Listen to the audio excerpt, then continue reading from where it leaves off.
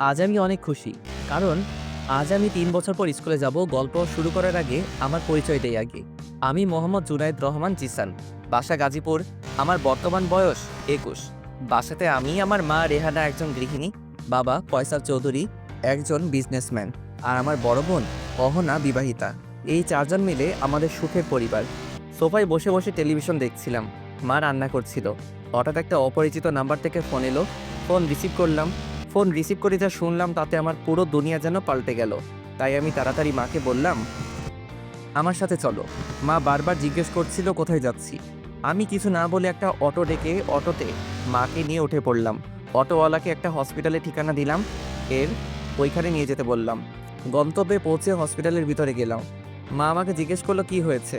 তাই আমি মাকে বললাম যে বাবার কার অ্যাক্সিডেন্ট হয়েছে। তারপর রিসিপশন থেকে বাবা কোন রুমে আছে তা শুনে গেলাম বাবার কাছে যেতেই মা বাবাকে জড়িয়ে ধরে হাউমাউ করে কান্না করছে। আমিও নিজেকে সামলাতে না পেরে কান্না করছি। তারপর ডাক্তার আঙ্কেলকে বললাম, বাবার কি হয়েছে, কথা বলছে না কেন? আসলে ডাক্তার আঙ্কেলকে আঙ্কেল বলার কারণ হলো উনি আমাদের ফ্যামিলি ডক্টর, আর এটা ওনারই হসপিটাল। দেখো বাবা, তোমার বাবার গুরুতর অ্যাক্সিডেন্ট হওয়ার কারণে তিনি প্যারালাইজ হয়ে গেছেন। যদি সময় মতো ওষুধ খাওয়ানো ও সঠিক যত্ন নেওয়া যায়, আর যদি আল্লাহ সহায় হন, তাহলে হয়তো তোমার বাবা খুব তাড়াতাড়ি সুস্থ হবে। এরপর বাবাকে ২ মাস হসপিটালে থাকতে হয়। এরপর বাসাতে আনা হয়। এদিকে বাবার কোম্পানি দেখাশোনা করছেন বাবার পিএ, কিন্তু কোনো এক কারণে তার মৃত্যু হয়ে যায়। আর এদিকে কোম্পানি অবনতি হচ্ছে দিন দিন। তাই আমি সিদ্ধান্ত নেই যে আমি কোম্পানি দেখাশোনা করব। এই সিদ্ধান্ত সবাইকে বলে দেই, সবাই রাজি হয়ে যায়। তখন আমার বয়সী বা কত ছিল, মাত্র ১৮। তখন আমি ১০ম শ্রেণীতে পড়তাম। পড়ালেখা ছেড়ে দিয়ে কোম্পানি দেখাশোনা করছি। নতুন পিএ নিয়োগ দিয়েছি। প্রথম কোম্পানি চালাতে হিমশিম খেতাম, কিন্তু আস্তে আস্তে মানিয়ে নিয়েছি নিজেকে। আস্তে আস্তে কোম্পানির অনেক উন্নতি করেছি আল্লাহর রহমতে।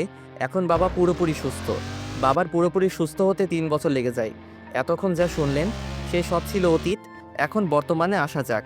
রাতে সবাই মিলে একসাথে খেতে বসেছি। এখন বাবা পুরোপুরি সুস্থ। তাই বাবাকে আমার সিদ্ধান্ত জানিয়ে দেই যে আমি আবারও আমার পড়াশোনা শুরু করব। আর তুমি তো সুস্থ, তাই তুমি কোম্পানির দেখাশোনা করবে, আর আমি আমার স্কুল জীবনটা শেষ করব। তারপর বাবা বললেন, এই বুড়ো বয়সে লেখাপড়া করবি, লোক কি বলবে? বললাম পড়াশোনার কোনো বয়স হয় না, আর লোকে কি বলবে বলুক, আমার তাতে কিছু যায় আসে না। পরে বাবা মাকে জোরাজোরি করায় তারা রাজি হয়। তাই আজ আমিও আম্মু যাচ্ছি স্কুলে। আজকে আমি স্কুলে ভর্তি হব, ক্লাস করব, আবার আগের মতো স্কুল লাইফটা এনজয় করতে পারবো। উফ, কি আনন্দটাই না লাগছে। খুশিতে ড্যান্স দিতে ইচ্ছে করছে। আব্বু আগে থেকে স্কুলের স্যারের সাথে কথা বলে রেখেছে, তাই স্কুলে ভর্তি হতে কোনো ঝামেলা পোহাতে হলো না। স্কুলে ভর্তি হয়ে বই নিয়ে বাসায় চলে এলাম। বিকেলে বন্ধুদের সাথে মাঠে আড্ডা দিতে দিতে সন্ধ্যা হয়ে গেছে। তাই বাসায় গিয়ে ফ্রেশ হয়ে খেয়ে দিয়ে পড়তে বসলাম। নতুন বই পড়ার মজাটাই অন্যরকম। পড়া পড়তে পড়তে একসময় টেবিলের উপর ঘুমিয়ে পড়লাম। সকালে আম্মুর ডাকে ঘুম ভাঙলো, তাই রেডি হয়ে ব্রেকফাস্ট করে স্কুলে গেলাম। আজ স্কুলে আমার প্রথম দিন। স্কুলে আজকের দিনটা খুব ভালোভাবে কেটে গেল। বিকেলে বাসায় ফিরে বন্ধুদের সাথে আড্ডা দিতে গেলাম, আবার সন্ধ্যায় বাসায় ফিরলাম। গিয়ে ফ্রেশ হয়ে খেয়ে দিয়ে পড়তে বসলাম। এমন সময় টেবিলে বইয়ের পাশে রাখা ফোনটা বেজে উঠল। ফোনটা হাতে নিয়ে দেখি রিয়া ফোন করেছে। আসলে রিয়া আমার খালাতো বোন। কি রে, শুনলাম তুই নাকি আবার স্কুলে ভর্তি হয়েছিস। হুম, ঠিকই শুনেছিস। তা তোর প্রথম দিন স্কুলে বাচ্চাদের সাথে কেমন কাটলো? অনেক ভালো। দেখিস, আবার স্কুলে বাচ্চা মেয়েদের প্রেমে পড়িস না যেন। আরে না, আমাকে কি তোর এমন মনে হয়? তুই কেমন তা আমি ভালো করেই জানি। দেখ সামনে কি কি হয়। কি কি হবে শুনি। আমি কি জানি, যা হবে তুই নিজেই দেখতে পাবি। তারপর অনেক কথাই হলো। একসময় ঘুমিয়ে পড়লাম। সকালে ফ্রেশ হয়ে স্কুলে গেলাম। ক্লাসে বসে আছি কিন্তু ম্যাডাম আসছে না। হঠাৎ করে একটি মেয়ে ক্লাসে প্রবেশ করলো, তাও আবার প্রিন্সিপাল স্যারের সাথে। আমরা সবাই স্যারকে দেখে দাঁড়িয়ে গেলাম। আর স্যার বললেন, উনি হলেন আমাদের নিউ ইংলিশ টিচার। উনি আজ থেকে তোমাদের ইংলিশ ক্লাস নেবেন। সবাই মেয়েটার দিকে হা করে তাকিয়েছিল, কারণ মেয়েটা সুন্দর একটা নীল বোরকা পরেছিল। শুধু তার চোখ আর হাত দুটো ছাড়া কিছুই দেখা যাচ্ছিল না। ওর চোখগুলো দেখতে খুব সুন্দর ছিল, টানা টানা হরিণীর চোখ। তার চোখের মধ্যে আবার কাজল দিয়েছে। উফ, মেয়েটাকে যে এত সুন্দর দেখাচ্ছিল তা ভাষায় প্রকাশ করার মতো না। যে দেখবে সেই মুগ্ধ হয়ে যাবে। আমিও সবার মতো মেয়েটার দিকে অবাকভাবে তাকিয়েছিলাম। স্যার চলে গেলেন আর মেয়েটি ক্লাস করানো শুরু করে দিল। আমি বসে বসে মেয়েটার দিকে এক নজরে তাকিয়ে আছি। পড়ায় মনোযোগ দিতে পারছি না। এই প্রথম কোনো বোরকাওয়ালি আমার মনের মধ্যে উথাল পাথাল ঢেউ তুলে দিল। আমি মনে হয় মেয়েটাকে ভালোবেসে ফেলেছি। পরক্ষণে আবার ভাবছি, ধুর, উনি তো আমার ম্যাডাম, ওনার সাথে কি আমার যাই নাকি? ওসব না ভেবে পড়ায় মনোযোগ দিতে শুরু করলাম। বইটার দিকে তাকিয়ে পড়ার চেষ্টা করছিলাম, কিন্তু বারবার এই বোরকাওয়ালির কথা মনে আসছে। ক্রাশ খেলাম, তাও আবার এই বোরকাওয়ালিকে দেখে। মনে মনে আরও নানা রকম চিন্তা ভেবে মুচকি মুচকি হাসতে লাগলাম। তাই এর মধ্যে দেখলাম ম্যাডাম আমার সামনে দাঁড়িয়ে আছে। আমি ভয়ে চমকে উঠলাম, এই রে, এবার মনে হয় পিটাবে। আমি এক অবাক দৃষ্টিতে ম্যাডামের দিকে তাকিয়েছিলাম। ম্যাডাম আমাকে বলল, এই তুমি পড়া রেখে হাসছো কেন? উঠে দাঁড়ালাম আর বললাম, কই, আমি কখন হাসলাম? আমি তো পড়ছিলাম। একদম মিথ্যা বলার চেষ্টা করবে না, আমি দেখেছিলাম তুমি হাসছিলে। সরি ম্যাডাম, আর হবে না। স্বীকার করছি যে আমি সত্যি হাসছিলাম। তোমার নাম কি? জুনায়েদ রহমান জিসান। এত বড় হয়ে গেছো এখনো ক্লাস 10-এ? এর আগে কয় বছর ফেল করেছিলে? হ্যাঁ, আসলে পড়ালেখা এক বছর আগে ছেড়ে দিয়েছিলাম কিছু কিছু অসুবিধার জন্য। ও আচ্ছা, ঠিক আছে, এখন এখান থেকে সামনের টেবিলে গিয়ে বসো। বেশ অবাক হয়ে গেলাম। কেন ম্যাডাম? তোমাকে সামনে গিয়ে বসতে বলছি না? যাও সামনে গিয়ে বসো। তোমার এত কথা বলার সাহস হয় কি করে? আমি আর কোনো কথা বলার সাহস পেলাম না, তাই বাধ্য হয়ে সামনের সিটে গিয়ে বসে পড়লাম। আর মাথা নিচু করে বই খুলে পড়ায় মনোযোগ দিতে চেষ্টা করছিলাম, কিন্তু পারছিলাম না। ম্যাডাম বসে বসে সবার পড়ার উপর নজর রাখছিলেন, মাঝে মাঝে আমার দিকে তাকিয়েছিলেন। এভাবে দেখতে দেখতে ওনার ক্লাস শেষ হলো। আস্তে আস্তে অন্য সব ক্লাস শেষ হলো, কিন্তু মন দিয়ে একটা ক্লাসও করতে পারলাম না। কিভাবে পড়বো বলেন? মন তো বোরকাওয়ালি ম্যাডামের কাছে পড়ে আছে। দেখতে দেখতে টিফিনের ঘন্টা বেজে গেল। বাইরে দাঁড়িয়ে আছি আর ম্যাডামের কথা ভাবছি। উনি কেমন দেখতে? বয়সে কি আমার থেকে বড় হবে নাকি ছোট? এইসব আর কি। অনেকক্ষণ ধরে দাঁড়িয়ে আছি আর মাঠের দিকে তাকিয়ে আছি। সবাই খেলছি আর আমি একাই দাঁড়িয়ে আছি। হঠাৎ একটা মেয়ের ডাক শুনতে পেলাম। জিসান ভাইয়া, ভাইয়া বলে ডাকছে। পিছে ঘুরে দেখি একটা মেয়ে দিকে এগিয়ে আসছে। মেয়েটি আমার সামনে এসে দাঁড়ালো আর বলল, ভাইয়া, আপনাকে একটা কথা বলার ছিল। কি কথা? আর তুমি কে? আমি নুসরাত। আমার একটা কথা বলার ছিল। আসলে ভাইয়া, আমার বান্ধবী মিমি আপনাকে লাইক করে। সে আপনাকে এই চিঠিটা দিতে বলেছে। হাতে একটা কাগজ ধরিয়ে দিয়ে মেয়েটা চলে গেল। আমি শুধু ভ্যাবলার মতো তাকিয়ে দেখলাম। স্কুলে সবেমাত্র 2-3 দিন হলো এসেছি, আর এরই মধ্যে লাইক করে ফেললো। হায় রে কপাল! আবার যদি কেউ এসব জানতে পারে, তাহলে আমার মান সম্মান প্লাস্টিক হয়ে যাবে। হাতের চিঠিটার দিকে তাকালাম। মন চাইলো একটু খুলে দেখি আমি তাতে কি লেখা আছে। যখনই চিঠির ভাঁজটা খুলতে যাব, তার আগেই কেউ একজন চিঠিটা টান মেরে আমার হাত থেকে কেড়ে নিল। আমি সামনের দিকে তাকিয়ে দেখি বরকওয়ালি ম্যাডামটা আমার সামনে দাঁড়িয়ে আছে। ওনার চোখ দেখে স্পষ্ট বুঝে গেছি উনি খুব রেগে আছে। ওনাকে দেখে আমার গলা শুকিয়ে গেল। আমি ভয়ে বারবার ঢোক গিলতে লাগলাম। মাথা নিচু করে দাঁড়িয়েছিলাম। তখন উনি বললেন, কি হচ্ছে এখানে? আর এসবের মানে কি? কি বলবো কিছুই বুঝতে পারছি না। চুপচাপ দাঁড়িয়ে আছি। তারপর উনি আমাকে ধমক দিয়ে বললেন, কি রে, এসবের মানে কি? হ্যাঁ, দাঁড়া, আজ প্রিন্সিপাল স্যারকে বলে এই স্কুল থেকে তোকে বের করার ব্যবস্থা করছি। আমার ইতিমধ্যে ভয়ে গা থেকে ঘাম পড়তে শুরু করেছে। এখানে আমার দোষ কি? আমি তো কিছুই বুঝছি না। আমি কি মেয়েটাকে চিঠি দিয়েছি নাকি? আর চুপ করে থাকলে হবে না। এই কথা 5 কান হবার আগে ম্যাডামকে বোঝাতে হবে। তাই আমি মাথা তুলে ম্যাডামকে বললাম, ম্যাডাম, আমি কি করেছি? আমাকে বের করবেন কেন? আমি তো এখানে দাঁড়িয়েছিলাম, ওই মেয়েটা আমাকে চিঠিটা দিয়ে গেল। আমি তো ওকে চিনি না, তাহলে আমাকে শাস্তি দিবেন কেন? শাস্তি দেবার হলে ওই মেয়েটাকে দিন। কিছুক্ষণ চুপ করে থাকলেন। আমি মনে করলাম ম্যাডাম আমার কথাগুলো বুঝতে পেরেছে, কিন্তু না, উল্টো উনি আমাকে শাসাচ্ছেন। এই চিঠিটা দেখেছিস? এই চিঠিটা স্যারের কাছে যদি নিয়ে গিয়ে বলি তুই ওই মেয়েটাকে ভালোবাসিস, ওই মেয়েটা তোকে চিঠি দিয়েছে, তাহলে তোর কি হবে বুঝতে পারছিস তো? মিথ্যে অপবাদ দিয়ে আমাকে ফাঁসিয়ে আপনার কী লাভ? আপনি শিক্ষক, আপনার কাজ ভুলগুলো শুধরে দেওয়া, অন্যায় প্রতিবাদ করা। তা না করে উল্টো আপনি আমাকে ফাঁসাতে চাচ্ছেন। কি বললি? আমি তোকে ফাঁসাতে চাইছি? হ্যাঁ, তাই তো। আপনি বলছেন স্যারের কাছে চিঠিটা দিয়ে আমাকে স্কুল থেকে বের করে দেবেন। যেখানে আমার কোনো দোষ নেই, সেখানে আমাকে বিনা দোষে সাজা পেতে হবে কেন? তারপর ম্যাডাম আমাকে ঠাস ঠাস 2টা থাপ্পড় মারলেন আর বললেন, আমার মুখোমুখি কথা বলিস? তোর সাহস তো কম না। দাঁড়া, এক্ষুনি তোর পরিবারের কাছে সব ফাঁস করে দিচ্ছি। তোর আব্বুর নাম্বার বল। গালে হাত দিয়ে চুপ করে দাঁড়িয়ে আছি। এখন আমার রীতিমতো ভয় করছে, কারণ আব্বু এই সম্পর্কে জানতে পারলে আমাকে কোনোদিনও স্কুলে আসতে দেবে না। তাই আমি ম্যাডামকে বললাম, ম্যাম, কাজটা কিন্তু আপনি ঠিক করছেন না। শুধু শুধু অন্যের দোষগুলো আমার গায়ে চাপিয়ে দিচ্ছেন। কেন? আমি কি করেছি? কেন আমার সাথে আপনি এরকম করছেন বলুন? আমার দ্বারা যদি কোনো রকম ভুল হয় তো বলুন, আমি আমার ভুল শুধরে নিচ্ছি। এখানে আমার পরিবারকে টানবেন না, ওরা এই কথা জানতে পারলে আমাকে আর স্কুলে আসতে দিবে না। আচ্ছা যা, ঠিক আছে, টানবো না তোর পরিবারকে, কিন্তু আমি যা বলবো তাই শুনতে হবে। তা না হলে এই চিঠিটা তোর আব্বুর হাতে চলে যাবে। না না ম্যাডাম, এমনটা করবেন না। আপনি যা বলবেন আমি তাই শুনবো, তবুও আব্বু যেন কিছু জানতে না পারে। ঠিক আছে যা, এখন ক্লাস থেকে ব্যাগ নিয়ে আয়। ম্যাডামের কথা শুনে আমি বেশ অবাক হয়ে ওনার দিকে তাকালাম। জীবনে হয় এই প্রথম করে ম্যাডাম কোনো ছাত্রকে এইভাবে ব্ল্যাকমেল করে কাজ করাচ্ছে। আমি আর কিছু না বলে ওনার কথা মতো ক্লাস থেকে ব্যাগ নিয়ে আসলাম। তারপর ওনার পিছু পিছু হাঁটছি আর মনে মনে ওনাকে গালি দিচ্ছি। স্কুল থেকে বের হয়ে আমি আর ম্যাডাম দুজনে গেটের বাইরে দাঁড়িয়ে আছি। আমি কোনো কথা বলছি না, শুধু চুপচাপ ওনার কাণ্ড কারখানা দেখছি। তারপর উনি একটা রিক্সা দাঁড় করালেন। তারপর উনি রিক্সাতে উঠে বসলেন আর আমাকেও বসতে বললেন। কিরে, দাঁড়িয়ে আছিস কেন? ওঠ।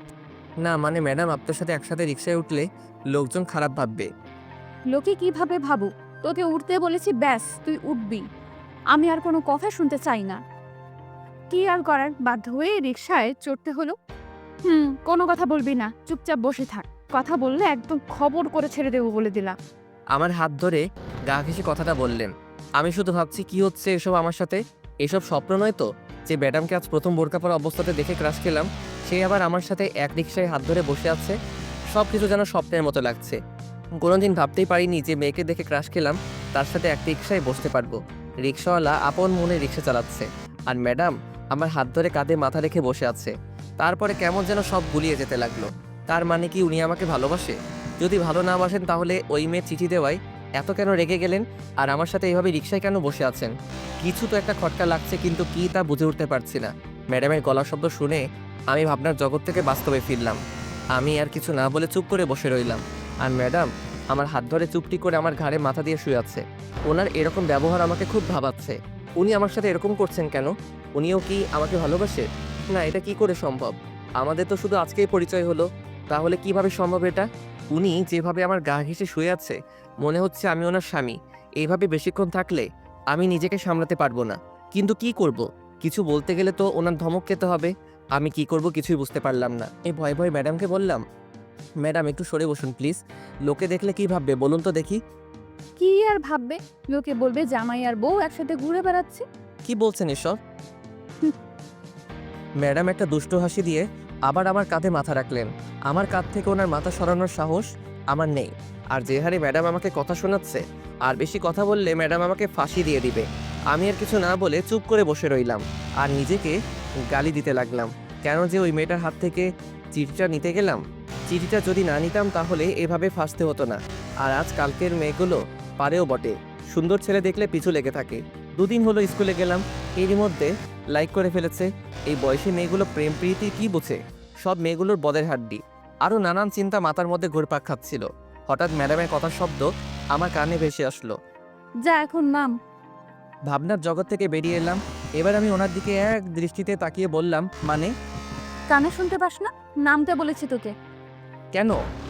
কেন মানে? পাশে তাকিয়ে দেখ, সব বুঝতে পেরে যাবি। ওনার কথা মতো পাশে তাকাতেই আমার চোখ ছানাবড়া হয়ে গেল। নিজে চোখে বিশ্বাস করাতে পারছি না, তাই নিজের চোখ ভালো করে ডলে নিলাম। আবার তাকালাম, তাকিয়ে দেখে আমার বাড়ির গেটের সামনে। হায় আল্লাহ, এখন কি করব? এখন যদি কেউ দেখে ফেলে তখন আমি কি করব? আমার তো পড়ালেখার 12টা বেজে যাবে। এলাকার লোক সবাই আমাকে ভালো করে চেনে। ভয়ে ভয়ে ভালো করে চারদিকে তাকালাম, কারণ দুপুরবেলা তো, তাই আর কি। কিন্তু ম্যাডাম আমার বাসা চেনে কিভাবে? তাহলে উনি কি আমাদের পরিচিত কেউ নাকি? যাই হোক, এখন এসব ভেবে কাজ নেই। ম্যাডাম আমার বাসায় আসলো কেন সেটাই জানতে হবে। আমি ম্যাডামের দিকে অসহায়ভাবে তাকালাম। ওনার চোখ দেখে বুঝি উনি খুব খুশিতেই আছে। তার মানে কি উনি আমার আব্বুকে সত্যি সত্যি সব বলে দেবে? হায় আল্লাহ, আমাকে রক্ষা করো এই মেয়ের কাছ থেকে। কেন যে এই মেয়ে কপালে এসে জুটলো? এখন আমার ভয়ের মাত্রা আরও বেড়ে গেল। জানি না আব্বু এসব কথা শুনলে আমার কি হাল করবে। সব থেকে বড় কথা, আমি ওনার বড় ছেলে। এসব জানতে পারলে আব্বু খুব অপমানী হবে। না, আর কিছু ভেবে লাভ নাই। আমাকে ম্যাডামকে আটকাতে হবে, তা না হলে আমার আর পড়াশোনা করা হবে না। তা আমি ম্যাডামকে বিনীত স্বরে বললাম, ম্যাডাম আপনি তো বলেছিলেন আব্বুকে কিছু বলবেন না, তাহলে বাসায় কেন নিয়ে আসলেন? প্লিজ ম্যাম, আপনাকে হাত জোর করে বলছি, আব্বুকে এসব কিছু বলবেন না। ম্যাডাম একটা অট্টহাসি দিয়ে বললেন, ধুর পাগল, আমি তোর আব্বুকে কিছু বলতে আসিনি, তোকে বাড়িতে পৌঁছে দিতে এসেছি। তবে হ্যাঁ, আমার কথা মতো যদি না চলো তাহলে তোমার আব্বুকে এই চিঠিটা দিয়ে দিব, মনে থাকে যেন। ম্যাডামের কথা শুনে একটা স্বস্তির নিঃশ্বাস নিলাম। কিন্তু ম্যাডাম আমাকে ক্লাস করাতে না দিয়ে বাসায় পৌঁছে দিলেন কেন? ম্যাডাম বললেন, কারণ যদি তুমি আজ সব ক্লাস করতে, তবে মেয়েগুলো ছুটির পর তোমার সাথে দেখা করত আর তোমার কাছে তার প্রপোজের অ্যান্সার চাইতো, আর তুমিও সৌন্দর্য দেখে হ্যাঁ বলে দিতে। তাই তোমাকে বাসায় নিয়ে এসেছি। ম্যাডামের কথা শুনে অবাক দৃষ্টিতে তাকিয়ে আমি বললাম, কি বলছেন এসব? আমি কেন তার প্রপোজে রাজি হব? হবে হবে, সব ছেলেরাই এমন হয়, মেয়েদের দেখলে পেছনে পড়ে থাকে। অন্য ছেলেরা কেমন তা আমার জানা নেই, তবে আমি সবার থেকে আলাদা। ভাই, বাস্তবে আমি হলাম ভদ্র শয়তান, দ্য ওয়ার্ল্ড ফেমাস রিটার। আপনার মাথায় মনে হয় কোনো প্রবলেম আছে, তা সব ছেলেদের একরকম মনে করেন? চুপ কুত্তা, বেশি কথা বললে থাপড়ায় তোর সব দাঁত ফেলে দেব। যা বাসায় যা, যতদিন আমি না বলবো স্কুলে আর আসা যাবে না, বলে দিলাম। ম্যাডামের অগ্নিমূর্তি মুখ দেখে আর কিছু বলার সাহস পেলাম না, তাই বাসায় চলে এলাম। আর ম্যাডাম রিক্সা নিয়ে চলে গেলেন। কি মেরে বাবা, কথায় কথায় থ্রেড দেয়। মনে হয় মেয়েটার মাথায় গন্ডগোল আছে, তা না হলে এত রাগী হয় কি করে? দূর, এত ভেবে লাভ নেই। পরে রুমের ভিতরে গেলাম, দেখি আম্মু বসে বসে স্টার জলসা দেখছে। আমাদের এই একটাই সমস্যা, সারাদিন স্টার জলসা। এই স্টার জলসার জন্য আমি ভালোভাবে মুভি দেখতে পারি না। রিমোট ধরলেই আম্মু ঝাড়ি মেরে দেয়। আমি আম্মুর সামনে গিয়ে দাঁড়াতে আম্মু বলে, কি রে, আজ এত তাড়াতাড়ি আসলি যে? শরীর ঠিক আছে তো? জি আম্মু, আমার শরীর একদম ভালো আছে। এমনি ভালো লাগছিল না, তাই চলে এসেছি। এখন কিছু খেতে দাও। তারপর আমি গেলাম ফ্রেশ হতে। ফ্রেশ হয়ে খাবার টেবিলে এসে বসলাম। তখন মা বলল, আচ্ছা শোন, তোর আব্বু তোর জন্য একটা টিউশনের ব্যবস্থা করছে, আজ থেকে সেখানে পড়তে যাবি। আচ্ছা। আমি কোনো আপত্তি করলাম না, কারণ আমারও ইচ্ছা ভালোভাবে পড়াশোনা করার। আর টিউশনি করলে পড়াটা আরও ভালোভাবে করতে পারবো, রেজাল্টও ভালো হবে। তারপর খাওয়া দাওয়া করে রুমে এসে ঘুমিয়ে পড়লাম। হঠাৎ বিকালে আম্মু এসে ডাক দিল, তাই উঠে ফ্রেশ হয়ে বের হয়ে পড়লাম টিউশনিতে যাওয়ার জন্য। আম্মুর থেকে ওই টিউশনির ঠিকানাটা আগেই নিয়েছি। অতঃপর আমি রিক্সা নিয়ে সোজা সেখানে গেলাম। একটা দোতলা বাড়ির সামনে গিয়ে নামলাম। ঠিকানা হিসাবে এটাই সেই বাসা। আমি বাসার ভিতরে ঢুকলাম। নিচতলা একটা দরজায় লেখা ছিল, এখানে টিউশনি পড়ানো হয়। তারপর আমি দরজায় নক করলাম। নক করতে একটা পিচ্চি মেয়ে এসে দরজা খুলে দিল, আর আমাকে দেখে একটা মুচকি হাসি দিয়ে বলল, আসুন ভেতরে। অতঃপর আমি ভিতরে ঢুকে পড়লাম। দেখি ওই বোরকা পরা মেয়েটা একটা চেয়ারে বসে আছে। আমি ওনাকে দেখে থমকে গেলাম। অবাক হয়ে ওনার দিকে তাকিয়ে রইলাম। মনের ভিতর টান টান উত্তেজনা আরও বেড়ে গেল। সেই সাথে আমার ভয়ে গলা শুকিয়ে গেল, কারণ স্কুলে একদিনে এত ভয় দেখিয়েছে, এখানে না জানি কত ভয় দেখাতে পারে, আল্লাহই জানেন। মনে মনে শুধু একটাই প্রার্থনা করছি, হে আল্লাহ, তুমি আমাকে এই মেয়ে অত্যাচার থেকে বাঁচাও। হঠাৎ ম্যামের গলার আওয়াজ শুনে আমার ধ্যান ভেঙে গেল।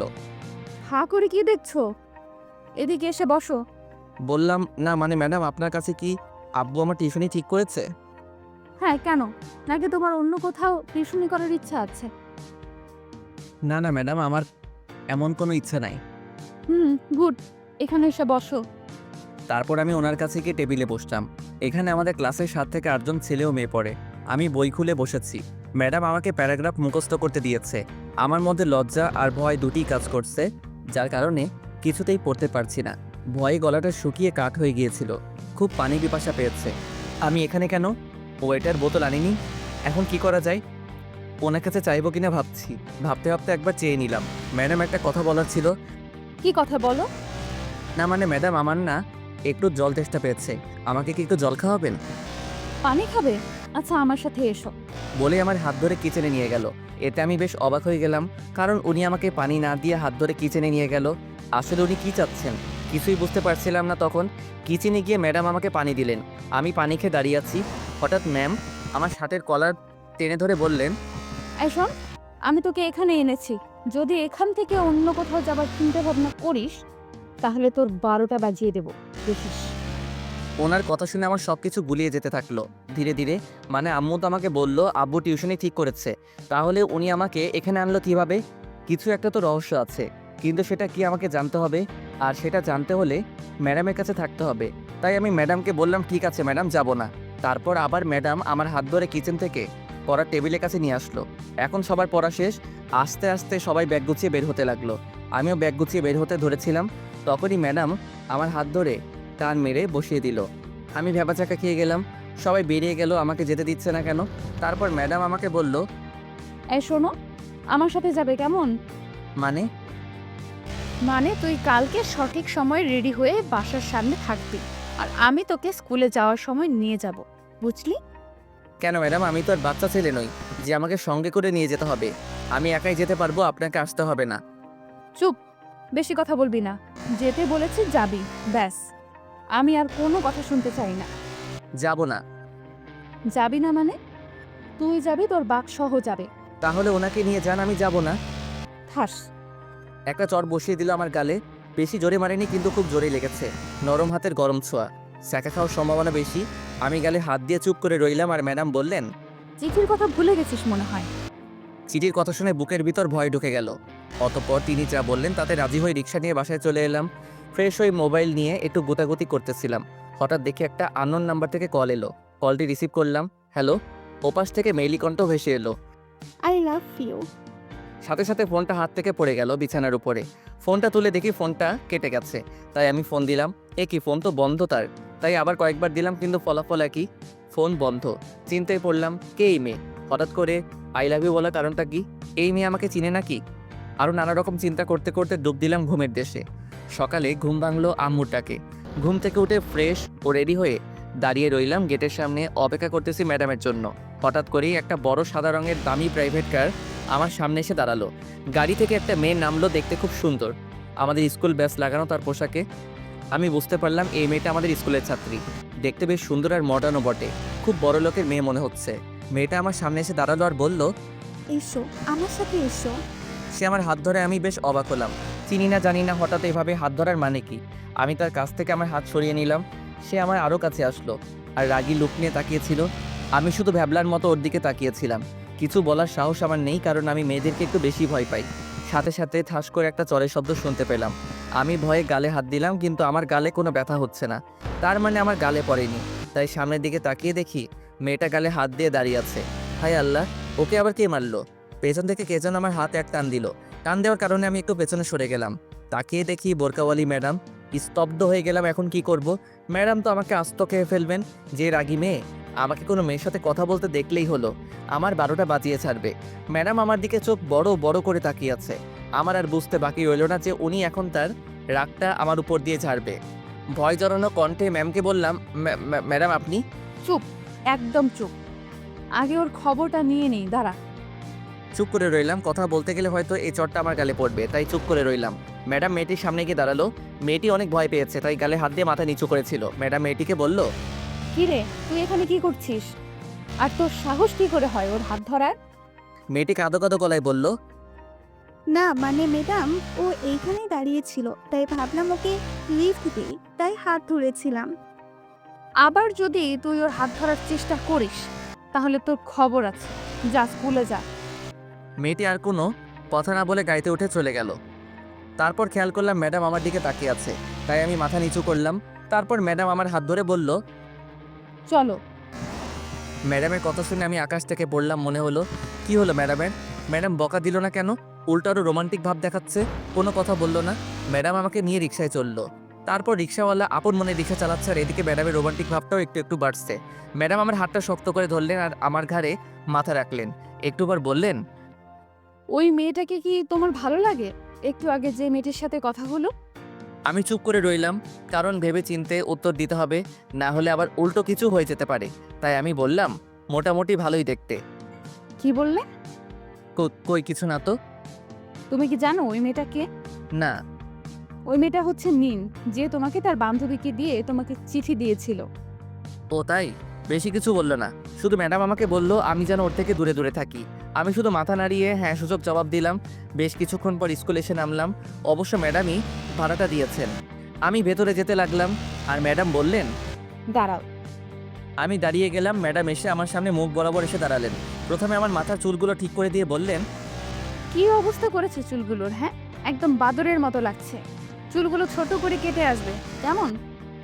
একটু মুচকি হাসি দিয়ে মাথা নাড়িয়ে চলে আসলাম ক্লাসে বসে আছি। ক্লাস শুরু হতে এখনো অনেক সময় বাকি আছে, তাই আমি বসে বসে ম্যাডামের দেওয়া পড়াগুলো রিভাইজ দিচ্ছিলাম। এমন সময় পাশে থেকে আমাকে কেউ একজন ডাকছিল, এমনটা মনে হচ্ছিল। তাই পাশে তাকালাম, দেখি জানালায় সেই নুসরাত জাহান মিমি নামের মেয়েটা আমাকে ডাকতেছে। আমি বললাম কি পাশেই ম্যাডামদের অফিস রুম। তাই আমি নুসরাতকে বললাম কি হয়েছে। সে কিছু না বলে আমার দিকে একটা কাগজ ছুঁড়ে মারলো আর দৌড়ে চলে গেল। আমি বোকা সেজে বসে রইলাম। আজকালকার মেয়েরা দেখি যখন তখন কাগজ ছুঁড়ে বানে। মানতে হবে এখনকার নারী সমাজের অনেক উন্নতি হয়েছে। চিঠিটা খুলে তাড়াতাড়ি পড়তে শুরু করলাম। খুব বেশি কিছু লেখা ছিল না, তাতে লেখা ছিল, আমার প্রশ্নের উত্তর চাই, আমাকে ভালোবাসবে কিনা আজকের মধ্যে উত্তর চাই। স্কুল ছুটির পরে লেকের পাড়ে ওয়েট করব তোমার জন্য। এইটুকু লেখা ছিল। কি আর বলল, কিছু বলার নাই। মেয়েরাও জোর করে ভালোবাসা আদায় করে নিতে জানে। একটা পিচ্চি মেয়ে যে তা জানে সেটা আমার জানা ছিল না। আরে বাবা, ভালোবাসা হাতের মোয়া নাকি যে চাইলেই দিয়ে দিব? দুজন দুজনের মনের টান থাকতে হবে, একে অপরের প্রতি বিশ্বাস থাকতে হবে, তবেই না ভালোবাসা মূল্যতা পাবে। এই পিচ্চি মেয়েগুলো এসবের কি বোঝে? তাই চিঠিটা মুচড়ে ফেলে দিলাম ময়লা ফেলার ঝুড়িতে। ক্লাস শুরু হয়ে গেছে। ম্যাডাম ক্লাসে আসলো। আজকে ম্যাডামকে আরও বেশি সুন্দর দেখাচ্ছে। কালো রঙের বোরকাতে সত্যি অপরূপ সুন্দর লাগছিল। যদি বোরকার তলে থাকা মায়াবী মুখখানা দেখতে পারতাম তবে নিজেকে ভাগ্যবান মনে হতো, কারণ উনি আমার ফার্স্ট ক্রাশ। আর ক্রাশকে দেখার সৌভাগ্য কয়জনের হয়? একটু পর ক্লাস আরম্ভ হলো। সবাই মনোযোগ দিয়ে পড়ছে, শুধু আমার মনোযোগ ম্যাডামের দিকে। বারবার আর চোখে ম্যাডামের দিকে তাকাচ্ছিলাম। ম্যাডাম হয়তো সেটা বুঝতে পেরেছে, কিন্তু আমাকে কিছু বলল না। আজ সব ক্লাস ভালো হবে মনে হয়, কারণ আজকে ম্যাডামের বকা শুনতে হয়নি। একটু পর ক্লাসে প্রিন্সিপাল স্যার এলেন আর বললেন, তোমরা সবাই আমার কথা মনোযোগ দিয়ে শোনো। তোমাদের সবার জন্য আনন্দ ভ্রমণের ব্যবস্থা করা হয়েছে। যারা যারা অংশগ্রহণ করতে চাও তারা অফিস কাউন্টারে পর্যাপ্ত ফি জমা দিয়ে এই শুক্রবার সকালে আমরা সবাই রওনা দেব। সময় ও জায়গা তোমাদের সবাইকে পরে জানিয়ে দেওয়া হবে। স্যারের কথা শুনে সবাই খুশি হলো। সবাই আনন্দে হইচই শুরু করে দিল। আমার পাশে বসে থাকা একটি ছেলে, নাম সিয়াম, সে আমাকে বলল, তুমি কি আমাদের সাথে যাবে? খুব মজা হবে। যাব। অতপর স্যার চলে গেল। সবাই পড়ায় মনোযোগ দিল, আমিও মনোযোগ দিলাম। হঠাৎ ম্যাডাম আমার সামনে এলো। আমি চমকে গেলাম। ম্যাডাম আমাকে বললেন, তুমি যাবে? হ্যাঁ যাব। ওকে, আজকে ছুটির পর বাসায় যেতে হবে না, সোজা আমার সাথে যাবে। ছুটির কথা বলতেই আমার নুসরাত মানে মিমির কথা মনে পড়ে গেল। মিমি তো আমাকে দেখা করতে বলেছিল, তাই এসব ভেবে ম্যাডামকে বললাম, ম্যাডাম আমার ছুটির পর বাসায় কাজ আছে, তাই আমাকে বাসায় যেতে হবে। মিথ্যা বললাম, আসলে আমার কোনো কাজ নেই। তারপর ম্যাডাম আমাকে আর কিছু বললেন না, তিনি তার চেয়ারে গিয়ে বসলেন। আমি ভাবছি আজকে ম্যাডাম এত ভালো হয়ে গেল কি করে, আমাকে কিছু বলছে না কেন? আমি যাই বলছি ম্যাডাম সব মেনে নিচ্ছে। অতপর স্কুল ছুটি হলো। স্কুলের পাশেই লেক আছে। ব্যাগ গুছিয়ে হাঁটতে হাঁটতে চলে এলাম লেকের পাড়ে। সেখানে আগে থেকেই মিমি উপস্থিত ছিল। আমি যেতেই মিমি আমাকে বলল, এইদিকে এসো। হাত ধরে গাছের কোনায় নিয়ে গেল। বলো কি বলবে? মিমি আমাকে ধাক্কা দিয়ে গাছের সাথে ঠেকিয়ে দিল। আমি হকচকিয়ে গেলাম। সে ধীরে ধীরে আমার মুখের সামনে আসতে লাগলো। ওর গরম নিঃশ্বাস আমার মুখের উপর পড়ছে। হঠাৎ মিমি আমাকে জড়িয়ে ধরে ঠোঁটে ঠোঁট মিলিয়ে দিল। আমিও নিজেকে সামলাতে পারিনি। মিমির হাতে নিজেকে সঁপে দিলাম। নিজেকে সামলাতে না পেরে মিমিকে জড়িয়ে ধরলাম। এমন সময় মিমি আমাকে ছেড়ে দৌড়ে পালালো। ও আমাকে ছাড়তেই আমার হাঁপানি শুরু হয়ে গেল। কিন্তু মিমি এভাবে পালালো কেন? হঠাৎ করে কেউ আমাকে পেছন থেকে টান মারলো। আমি ভাবলাম হয়তো মিমি, কিন্তু না। চোখ মেলে তাকানোর আগেই ঠাস ঠাস করে দুটো চর বসিয়ে দিল। কানের নিচে চিনচিন ব্যথা অনুভব করছি। খুব জোরেই দিয়েছে চর দুটো, কিন্তু মারলো কে? তাই সামনে তাকিয়ে দেখি মিমি দাঁড়িয়ে আছে, আর তার হাত ধরে আছে বোরকাওয়ালি ম্যাডাম। ভয়ে আমার হাঁটু কাঁপাকাঁপি শুরু হয়ে গেল। এখন না জানি কি করে বসে আল্লাহ জানেন। ম্যাডামের চোখ দুটি লাল বর্ণ ধারণ করেছে। ওনার চোখের দিকে তাকিয়ে আমার ভয় আরও দ্বিগুণ বেড়ে গেল।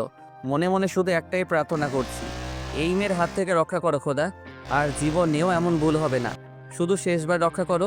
ম্যাডাম মিমির হাত ছেড়ে দিয়ে মিমিকে বলল, মিমি, তুই বাসায় যা, আর কালকে তোর আব্বু ও আম্মুকে আমার সাথে দেখা করতে বলবি। মিমির দিকে চেয়ে দেখি সে ভয়ে কান্না করে দিয়েছে। পড়লে মিমিকে বেবির মতো লাগে। মিমি কান্নামাখা কণ্ঠে বলল, প্লিজ ম্যাম, আমাকে যা শাস্তি দেবার দেন, তবুও আমার আব্বুকে কিছু বলবেন না। তিনি জানতে পারলে আমাকে আর স্কুলে আসতে দেবে না। আমি আপনার দুটি পায়ে ধরে বলছি ম্যাডাম, প্লিজ ম্যাম, আপনি একটি সুযোগ দেন, আমি আর ওর সামনে যাব না। এই শেষবার তোমাকে মাফ করলাম। ফের যদি তোমাকে ওর আশেপাশে দেখি তাহলে তোমার আর রক্ষা নেই। যাও, এখন বাসায় যাও। অতপর মিমি চলে গেল। এখন আমার কি হবে? ম্যাডাম যে আমার দিকে তেড়ে আসছে। এখন মনে হয় আমাকে আস্ত গিলে খাবে। ভাবছি পালালে কেমন হয়, কিন্তু কী লাভ, পরে আমারই বেশি ক্ষতি হতে পারে। ম্যাডাম আমাকে রাগী গলায় বলল, এই তো জরুরি কাজ, তাই না? চুপ করে থাকতে পাবি না? আমি তখন মাথা নিচু করে দাঁড়িয়েছিলাম। ম্যাডাম তখন ব্যাগ থেকে ফোনটা বের করলো। এটা কি দেখেছিস? আমি সামনের দিকে তাকাতেই আমার চোখ কপালে ওঠার মতো অবস্থা, কারণ ম্যাডাম সব কিছু ভিডিও করে রেখেছে। এখন আর আমার বাঁচার কোনো উপায় নাই। অসহায়ের মতো করুণ অবস্থা আমার। করুণ দৃষ্টিতে ম্যাডামের দিকে তাকিয়ে বললাম, এটা কেন করলেন ম্যাডাম? আমার তো কোনো দোষ ছিল না, সব দোষ ওই মেয়েটাই হোক করেছে। কেন শুধু শুধু আমাকে ফাঁসাচ্ছেন? তোকে না বলেছিলাম ওর থেকে দূরে দূরে থাকবি? আর আজকে তোকে জিজ্ঞেস করলাম আমার সাথে যাবি কিনা। তুই মিথ্যা বলেছিস, তাই এমনটা করেছি। এখন বল তোকে কি শাস্তি দেওয়া উচিত? যা খুশি করেন। রাগ দেখিয়ে চলে এলাম ওখান থেকে। ম্যাডাম ওইখানে দাঁড়িয়েছিল। বাসায় এসে খেয়ে দেখে একটা ঘুম দিলাম। তারপরের দিন আর স্কুলে যাইনি। ভালো লাগছিল না স্কুলে যেতে, কোচিং করতেও যাইনি। আমাকে আজকে যেতে হবে, কারণ সবাই আনন্দ ভ্রমণে বের হবে। তাই আমি সকাল সকাল রেডি হয়ে স্কুলে গেলাম। আজ ম্যাডামকে কোথাও দেখিনি। স্যাররা সবাই ব্যস্ত। অনেক ছেলে মেয়েরে আনন্দ ভ্রমণে যাওয়ার জন্য সেজেগুজে এসেছে। 2টা বাস আনা হয়েছে। আমি আগে থেকে বাসে বসে মোবাইলটা বের করে গান শুনছিলাম। পুরো বাস ফাঁকা, এমনকি ড্রাইভারও নেই, কারণ বাস ছাড়বে আর 2 ঘন্টা পর। আমি জানালার ধারের সিটে বসে আছি, আর সবাই মাঠে গল্প করছে। সবাই হাসি খুশি। হঠাৎ ম্যাডাম বাসে উঠলেন। হয়তো আগে থেকেই ম্যাডাম আমাকে বাসে উঠতে দেখেছে। আমি তেমন একটা পাত্তা দিলাম না। ম্যাডাম কালো রঙের একটা বোরখা পরেছে, দেখতে খুব সুন্দর লাগছিল। তাতে আমার কি? আমি অন্যদিকে মুখ ঘুরিয়ে নিলাম। ম্যাডাম এসে আমার পাশের সিটে গা ঘেঁষে বসতে বসতে বললেন, কি জিসান সাহেব, রাগ করেছেন? ওই কুত্তা বল, না হলে থাপ্পড় দিয়ে রাত ফালায় দিব। ম্যাডাম এবার সহ্য করতে না পেরে আমার হাতে ও পিঠে ধুমধাম করে কিল ঘুষি মারতে লাগলো। বলেন তো, ওনার নরম হাতের ঘুষি খেতে কার না ভালো লাগবে? আমার হাসি পাচ্ছিল। আমি আমার হাসি আটকাতে না পেরে হেসে দিলাম। ম্যাডাম আরও বেশি রেগে গেলেন। ম্যাডাম উঠে যেতে ধরছিল। হঠাৎ ওনার হাত ধরে টান মারলাম, কিন্তু কেন হাতটা টান মারলাম তা আমি জানি না। নিজের অজান্তেই হাতটা চলে গেল। ম্যাডাম টাল সামলাতে না পেরে আমার বুকের উপরে পড়ে গেল। তাই দেখে ম্যাডাম লজ্জায় চোখ বন্ধ করে ফেললেন। খুব মায়াবী লাগছিল ম্যাডামকে তখন। ওনার হালকা গরম নিঃশ্বাসটা আমার উপর পড়ছিল, তা আমি অনুভব করতে পারছিলাম। ম্যাডামের কপালের সাথে আমার কপাল ঠেকিয়ে অনেকক্ষণ ম্যাডামকে জড়িয়ে ধরেছিলাম। এক অজানা ঘোরের মধ্যে ছিলাম দুজনে। কয়েক মুহূর্তের জন্য ম্যাডামের শরীরের সুবাস আমাকে পাগল করে দিচ্ছিল। হঠাৎ ম্যাডাম নিজেকে জোর করে ছাড়িয়ে নেয় আর দৌড়ে পালায়। আমার আর বুঝতে বাকি রইল না ম্যাডাম লজ্জা পেয়েছে। আমিও তখন এসব কথা ভেবে একটা মুচকি হাসি দিয়ে বাস থেকে নেমে পড়লাম। ম্যাডাম অফিস রুমে, আর আমি ক্লাসমেট শ্যামের সাথে কথা বলছিলাম। এমন সময় ম্যাডাম ডাক দিলেন। আমি তাড়াতাড়ি গিয়ে ম্যাডামের সামনে দাঁড়ালাম, আর কিছুক্ষণ আগের কথা ভেবে হাসছিলাম। ম্যাডাম সেটা ভালোভাবেই লক্ষ্য করলো। তারপর ম্যাডাম বললেন, আজকে মিমিও আমাদের সাথে যাবে, তুই ওর থেকে দূরে দূরে থাকবি। তা না হলে এই ভিডিও ও চিঠিটা সোজা তোর বাবার হাতে দিব, মনে থাকে যেন। ঠিক আছে। যা গিয়ে গাড়িতে বস, আর কিছুক্ষণ পর গাড়ি ছাড়বে। তারপর আমি গাড়িতে বসলাম। কিছুক্ষণ পর সবাই আসলো। সবাই সবার সিটে বসে পড়েছে, কিন্তু মিমিকে দেখতে পাচ্ছি না কেন? অন্য বাসে বসেছে হয়তো। কিছুক্ষণ পর ম্যাডাম আসলেন। এসে আমার পাশের সিটে বসে পড়লেন। এ কি, ম্যাডাম আমার পাশে বসেছেন কেন? তো কি হয়েছে? কিছু না, তবে স্যারেরা দেখে খারাপ ভাববে। ভাবু, তাতে আমার কি? তুই চুপচাপ বসে থাক। আর কথা বাড়ালাম না, চুপ করে বসে রইলাম। বাস ছেড়েছে, গন্তব্য কুয়াকাটা। সবাই খুব খুশি। সারা রাস্তায় ম্যাডাম আমার সাথে অনেক কথা বললেন, অনেক মজা হলো। ম্যাডামের সাথে আজ প্রথম ফ্রিভাবে কথা বললাম। অতপর 3টা বাজে সবাই কুয়াকাটা এসে পৌঁছালাম। সবাই নেমে গেছে, ঘোরাফেরা করছে। শুধু আমি আর ম্যাডাম নামিনি। ম্যাডাম নামবেন না? নামবো তো, চলেন। অতপর ম্যাডাম আর আমি নামলাম। ম্যাডাম আমার হাত ধরে হাঁটছে। আমি অবাক দৃষ্টিতে ম্যাডামের দিকে তাকিয়ে আছি। ম্যাডাম কিছু বলছেন না, চুপ করে আছেন। তারপর হাঁটতে হাঁটতে আমরা একটা বাগানের ধারে চলে এলাম। খুব সুন্দর সুন্দর ফুল ফুটেছে বাগানে। তুই নামবি না? এই জিসান, দেখ দেখ, বনের গোলাপ ফুলগুলো কত সুন্দর, তাই না? সত্যিই খুব সুন্দর। আমার ওগুলো চাই, তুই এনে দে। দিচ্ছি, দাঁড়ান। বাগান থেকে 3টা সুন্দর গোলাপ ফুল তুলে আনলাম। এই নেন। এইভাবে দিলে নেব না। তাহলে কিভাবে দিব? হাঁটু গেড়ে দেবে, যেভাবে ছেলে মেয়েদের প্রপোজ করে সেভাবে। কেন কেন ওইভাবে কেন দিব? আমি তো আর আপনাকে প্রপোজ করছি না, তাই না? এত কিছু বুঝি না, যেভাবে দিতে বলেছি সেইভাবে দিবি, ব্যাস। ধুর, আপনি শুধু আমার সাথে রাগ দেখেন কেন? দিবি কিনা বল। দিচ্ছি তো। পরে হাঁটু কেটে ম্যাডামের হাত বাড়িয়ে বললাম, এই সুন্দর ফুটন্ত ফুলগুলো শুধু আপনার জন্য। দয়া করে ফুলগুলো নিয়ে আমাকে ধন্য করুন ম্যাডাম। ম্যাডাম ফুলগুলো নিয়ে বললেন, তুমি একেবারেই কাঁচা, কিছুই বোঝো না দেখছি। আপনি আছেন তো আমাকে শিখিয়ে দেওয়ার জন্য। চলো হাঁটা যাক। ম্যাডাম আবার আমার হাত ধরে হাঁটা শুরু করলো। আমরা গিয়ে আগেই জায়গায় এক হলাম। মিমিও দেখলাম টেবিলে বসে আছে, আমার দিকে কয়েকবার তাকিয়েছে। তাই দেখে ম্যাডাম আমাকে বললেন, খবরদার ওর সাথে যদি কথা বলার চেষ্টা করো তো তোমার কপালে খারাপই আছে। আমি ভয়ে আর কিছু বললাম না, শুধু মাথা নাড়িয়ে হ্যাঁ বললাম। পরে ম্যাডাম স্যারদের ওইখানে গেল, আমি সেখানে কিছুক্ষণ দাঁড়িয়েছিলাম। রাস্তার ওই পাশে একটা ফ্লেক্সির দোকান দেখা যাচ্ছে, যাই সেখান থেকে ফ্লেক্সি করে আসি। হাঁটা দিলাম, ম্যাডাম পেছনে থেকে ডাক দিলেন, কই যাও? একটু আসছি ম্যাম। পাশে তাকাতেই দেখে একটা সাদা রঙের কার আমার দিকে এগিয়ে আসছে। আমি সরে দাঁড়ানোর আগেই গাড়িটা আমাকে ধাক্কা দিয়ে চলে যায়। সাথে সাথে আমি মাটিতে পড়ে গেলাম, চোখ দুটো আস্তে আস্তে বন্ধ হয়ে গেল, জ্ঞান হারিয়ে ফেললাম আমি। তারপর কি হলো আমার কিছুই মনে নেই। যখন আমার জ্ঞান ফিরল তখন চোখ মেলে তাকিয়ে দেখি আমি একটা রুমের মধ্যে একটা বেডে শুয়ে আছি। হাতে অনেক ব্যথা অনুভব হচ্ছে, ডান হাত পুরোটাই ব্যান্ডেজ করা। সব শিক্ষার্থীরা আমাকে দেখতে এসেছে। আশেপাশে ভালোভাবে তাকিয়ে দেখি এটা একটা হোটেল। ম্যাডাম আমার পাশে বসে আছে, ভাই স্যারেরা এখানে উপস্থিত আছে। আমি উঠে বসলাম। আরে আরে, উঠে বসছো কেন? প্লিজ শুয়ে থাকো। না ম্যাম, আমি ঠিক আছি। মাঝখান থেকে হেড স্যার এসে আমার পাশে বসলেন। এখন কেমন লাগছে? ভালো। সরি স্যার, আমার জন্য আপনাদের আজকের আনন্দটা মাটি হয়ে গেল। আরে দূর বোকা ছেলে, আগে মানুষের জীবনে সুস্থতা দরকার, তারপর জীবনে আনন্দ দরকার। সুস্থ না হলে তুমি কেমন করে আনন্দ করবো? ডক্টর বলেছে তুমি 2-3 দিনের মধ্যে সুস্থ হয়ে যাবে। অতপর আমি আর কিছুই বললাম না। স্যার সব ছাত্র ও ছাত্রীদের নিয়ে বাইরে চলে গেল। শুধু ম্যাডাম গেলেন না, আমার পাশে বসে রইলেন। আমি ম্যাডামকে বললাম, আপনি যাবেন না তোমাকে রেখে আমি কি করে যাব বলো? কেন? আমাকে রেখে আপনি যাবেন না কেন?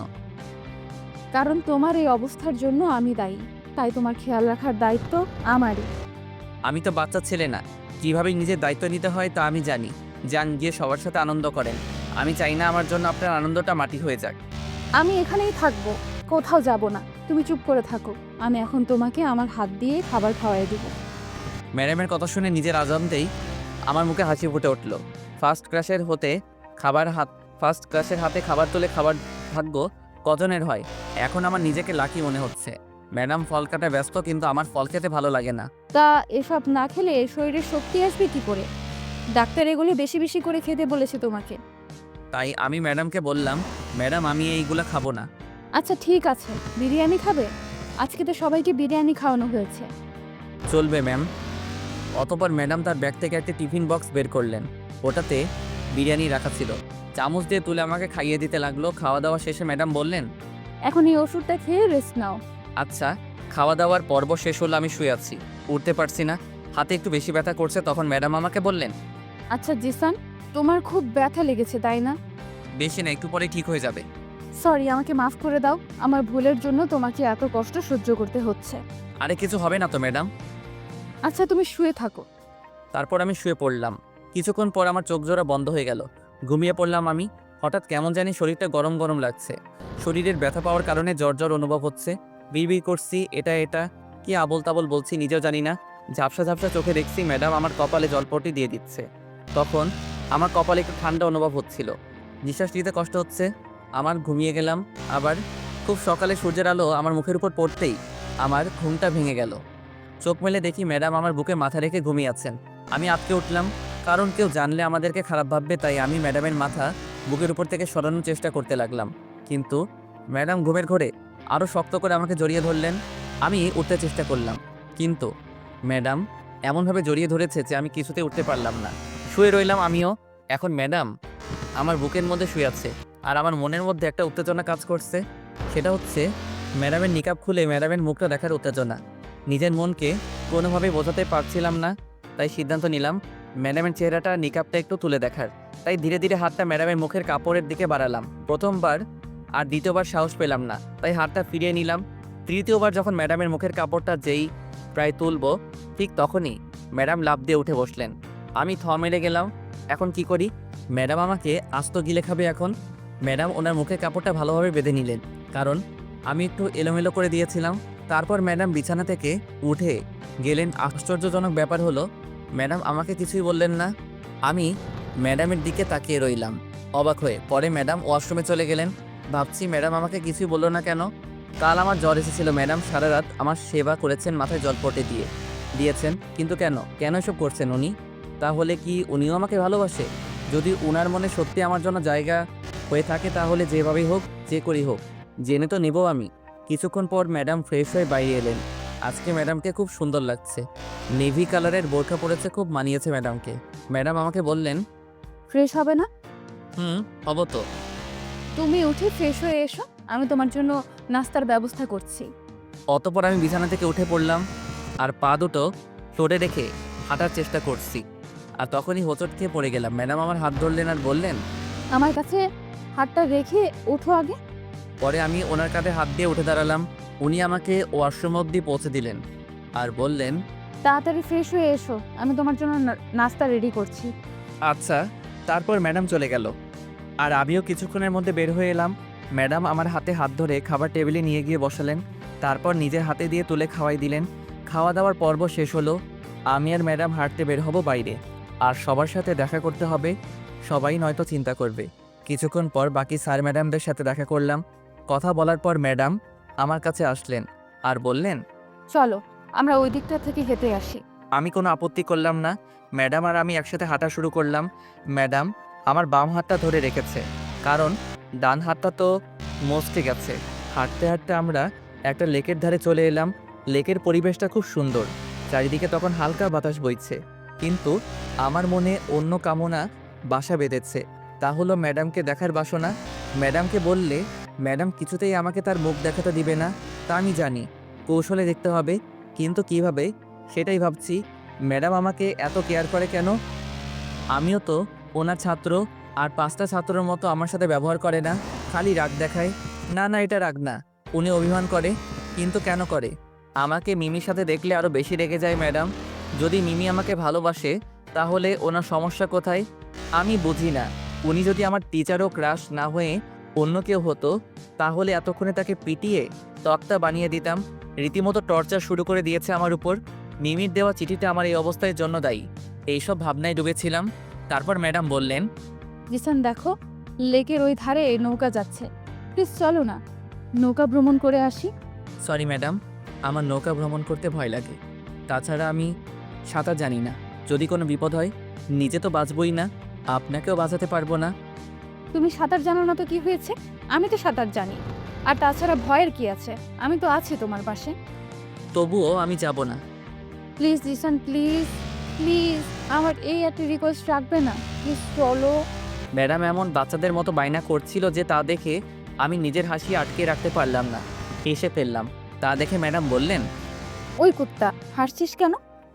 না মানে আপনি যে বাচ্চাদের মতো বায়না ধরলেন না, তা দেখে আমি আর নিজের হাসি আটকে রাখতে পারলাম না। কি বললি? আমি বাচ্চা? দাঁড়া, তোকে। কথাটি বলে আমার পিঠে এলোপাতাড়ি কিল ঘুষি দিতে লাগলো, আর আমি এদিক দিয়ে হেসেই যাচ্ছি। আর এক পর্যায়ে ম্যাডাম থেমে গেলেন। ওই কুত্তা, তুই কি খাস? তোর শরীরে এত শক্তি কেন? ও বাবা, আমার হাতটা মনে হয় ভেঙে গেল। ভালো হয়েছে। মারতে গেলেন কেন? আমি কি বলেছি আমাকে মারতে? আর এমনিতেও পুরুষ মানুষের শরীর রক্ত থাকে। হয়েছে, এখন চুপ থাক, যেতে হবে না তোকে। বুঝতে পেরেছি ম্যাডাম, অভিমান করেছে। তাই আমি নিজে থেকে বললাম, ওকে চলেন যাই। কি সত্যি? হুম। তারপর আমি আর ম্যাডাম হাঁটা শুরু করলাম। তারপর নৌকার কাছে গিয়ে নৌকাতে উঠলাম। আমি এক সাইডে বসলাম আর ম্যাডাম আমার হাত ধরে বসে রইলেন।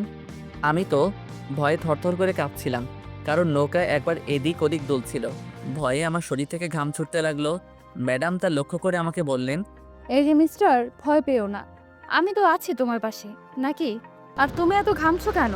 দেখি মুখটা, আমার দিকে তাকাও তো দেখি। তারপর ওনার দিকে তাকালাম, কিছু বললাম না। উনি আমার গালে হাত দিয়ে বললেন, ইস, কি অবস্থা হয়েছে তোমার, ওয়েট। তারপর উনি ওনার ব্যাগ থেকে একটা রুমাল বের করে আমার মুখ পুরোটা মুছে দিলেন। আমি শুধু অবাক দৃষ্টিতে ম্যাডামের দিকে তাকিয়েছিলাম। কিছু বলতে চেয়েও বলতে পারলাম না। বেশ অনেকক্ষণ নৌকা ভ্রমণ করে নৌকা থেকে দুজনে নামলাম। ম্যাডাম ওনার ঘড়ির দিকে তাকিয়ে বললেন, ইস, কত বেলা হয়ে গেছে, চলো তো, তোমাকে কিছু খেতে হবে, তারপর আবার তোমার ওষুধ খাওয়াতে হবে। ম্যাডামকে জিজ্ঞেস করলাম, ওষুধ কোথায় পাবো? কোথায় পাবো মানে? তোমার ওষুধ তো আগে থেকে কিনে রাখা হয়েছে, কেন তুমি জানো না? তা জানি, কিন্তু ওগুলো আমাকে কিভাবে খাওয়াবেন? ওগুলো তো হোটেলে রাখা আছে। ফুর বোকা, আমি আসার সময় ওষুধগুলো আমার সাথে করে নিয়ে এসেছি। চলো তো, তার আগে তোমাকে কিছু খাওয়াতে হবে। আমি নীরবতা বজায় রেখে শুধু ভাবলাম নিজের বউ থাকলেও এতটা কেয়ার করতো না যতটা না ম্যাডাম আমার কেয়ার করছে। তারপর ম্যাডাম আমাকে একটা রেস্টুরেন্টে নিয়ে গেলেন। রেস্টুরেন্টটা দেখতে খুব সুন্দর, একটা রুমের মতো বক্স বক্স করে সাজানো, যে কেউ যে কোনো একটা বুকিং করে নিতে পারবে। ম্যাডাম 3 নাম্বার বক্সটা বুকিং করলেন। 2টি সুন্দর সোফা আর একটি টেবিল সুন্দর করে গোছানো। আমি এরকম রেস্টুরেন্টে এর আগে কখনো দেখিনি। অতঃপর একজন ওয়েটার আসলো আর মেনু কার্ড দিয়ে বলল, কি খাবেন ম্যাডাম? ম্যাডাম মেনু কার্ডটা আমার দিকে এগিয়ে দিয়ে বললেন, এই নাও অর্ডার করো, কি খাবে বলো। আপনি যা ভালো মনে করেন তাই অর্ডার করেন। তারপর ম্যাডাম কার্ড দেখে অর্ডার করলো আর ওয়েটার চলে গেল। এই নাও পানি খাও। তারপর ম্যাডামের হাত থেকে পানির গ্লাসটা নিয়ে পানি খেলাম। তারপর বললাম, ম্যাডাম আপনি আমার এত কেয়ার করেন কেন? কারণ তোমার এই অবস্থার জন্য তো আমি দায়ী, তাই। কেন আপনি দায়ী কেন? এটা তো আমার ভুল, আমার উচিত ছিল একটু সাবধানে চলার। আপনি এটার জন্য নিজেকে দোষী করছেন কেন? ম্যাডাম কিছু বলতে চাবে, তার আগে ওয়েটার খাবার নিয়ে হাজির। তারপর ওয়েটার খাবার সার্ভ করে চলে গেল। এখন আর কোনো কথা নয়, তুমি হা করো, আমি তোমাকে খাইয়ে দিচ্ছি। আপনি খাবেন না? আমার এখনো খিদে পায়নি, তা না হলে তোমাকে রেখে আমি সব খাবার খেয়ে ফেলতাম, বুঝেছো? এখন চুপ করে খাবারটা খাও। মাথা নাড়ালাম। তারপর ম্যাডাম আমাকে খুব যত্ন সহকারে খাবার খাইয়ে দিলেন। তারপর উনি আমার মুখ মুছে দিলেন। তারপর একটা একটা করে সব ওষুধ খাইয়ে দিলেন। কি করব বলেন, শত হলেও ম্যাডাম তো, তাই সব আদেশ মানতে বাধ্য। তারপর আমরা স্যারদের ওইখানে গেলাম। তারপর একটা চেয়ারে বসে পড়লাম। আমি একা বসে আছি আর ম্যাডাম স্যারদের সাথে কথা বলেছেন। হঠাৎ মিমি আমার সামনে এলো আর বলল, এখন কেমন আছো তুমি? আগের থেকে বেটার। এখানে একা একা বসে আছো কেন? চলো ওই দিকটা থেকে ঘুরে আসছি। না মিমি, আমি যেতে পারবো না। ম্যাডাম জানতে পারলে খুব বকা দিবে। প্লিজ তুমি এখন থেকে চলে যাও। মিমি আমার কথা শুনে কান্না করে দিল। মুহূর্তে মিমির ফর্সা মুখখানা লাল হয়ে গেল, অযোধ্যারায় কাঁদছে। আমি আর বসে থাকতে পারলাম না, উঠে দাঁড়ালাম। আরে আরে তুমি কাঁদো কেন? এই প্রথম আমি কাউকে মন থেকে ভালোবেসেছি আর সে আমাকে ঘৃণা করে। ওকে যেতে হবে না, আমি আর কোনোদিনও তোমার সামনে আসবো না। তুমি ভালো থেকো। আমি বুঝতে পারলাম মিমির এই মুহূর্তে আবেগটা কাজ করছে, তাইও এমনটা বলছে। ঠিক তখনই ও চলে যেতে ধরবে। আমি ওর হাতটা টেনে ধরে বললাম, বলো কোথায় যাবে? কোথাও যেতে হবে না তোমার। এখন যদি আমার সাথে ঘুরতে না যাও তাহলে তোমার সাথে আর কোনো দিনও কথা বলবো না আমি। আচ্ছা চলো ওই দিকটাতে যাই। তারপর মিমি আমার হাত ধরে একটা বাগানের ধারে নিয়ে এলো। বাগানের মাঝে একটা দোলনা ছিল আর তার পাশে একটা সুন্দর বাড়ি ছিল। মনে হয় বাগানটি এই বাড়ির মালিকের। তারপর মিমি আর আমি সেই দোলনাটায় বসলাম। মিমি আমার হাত ধরে বলল, আচ্ছা জিসান, তুমি কি আমাকে সত্যিই পছন্দ করো না? আমি কি দেখতে এতটাই খারাপ? মিমির এই কথার জবাব দেওয়ার জন্য আমি মোটেও প্রস্তুত ছিলাম না। থতমত খেয়ে গেলাম, কি বলবো কিছু বুঝতে পারছি না। এখন উল্টাপাল্টা কিছু বললে কান্না শুরু করে দিবে। আর না, তুমি দেখতে খুব সুন্দর, তোমাকে অপছন্দ করার কোনো কারণ নেই। এসব তোমার ভুল ধারণা। তাহলে কেন তুমি আমাকে ভালোবাসতে ভয় পাও বলো? ওই ম্যাডামের জন্য? তুমি দেখো আমি আপুকে বলে ওই ম্যাডামকে স্কুল থেকে বের করার ব্যবস্থা করছি, তবুও তুমি আমাকে এইভাবে এড়িয়ে চলো না। আমার খুব কষ্ট হয়। না, তুমি ম্যাডামকে কিছু করবে না। আর তুমি এমনিতেও কিছু করতে গেলে আমার অনেক বড় ক্ষতি হয়ে যাবে। ওনার কাছে তোমার চিঠি আর কিস করার ভিডিও আছে, কেউ জানতে পারলে সর্বনাশ হয়ে যাবে। আচ্ছা কিছু করবো না। আর তুমি আমাকে এভাবে এড়িয়ে চলবে না বলো? তুমি আমাকে ভালোবাসবে। আসলে মিমি, আমি প্রেম ভালোবাসায় বিশ্বাসী নই। এগুলো আসলে টাইম পাস। মহান আল্লাহ যাকে আমার বউ বানাবে, আমার ভালোবাসা শুধু তার জন্যই থাকবে। মিমি মুখ ভেঙচি দিয়ে বলল, এই তো তোমার বউ তোমার সামনে বসে আছে, কই ভালোবাসো তো দেখি। তাই নাকি? এখন না, আগে বিয়ে হয়ে যাক তারপরে।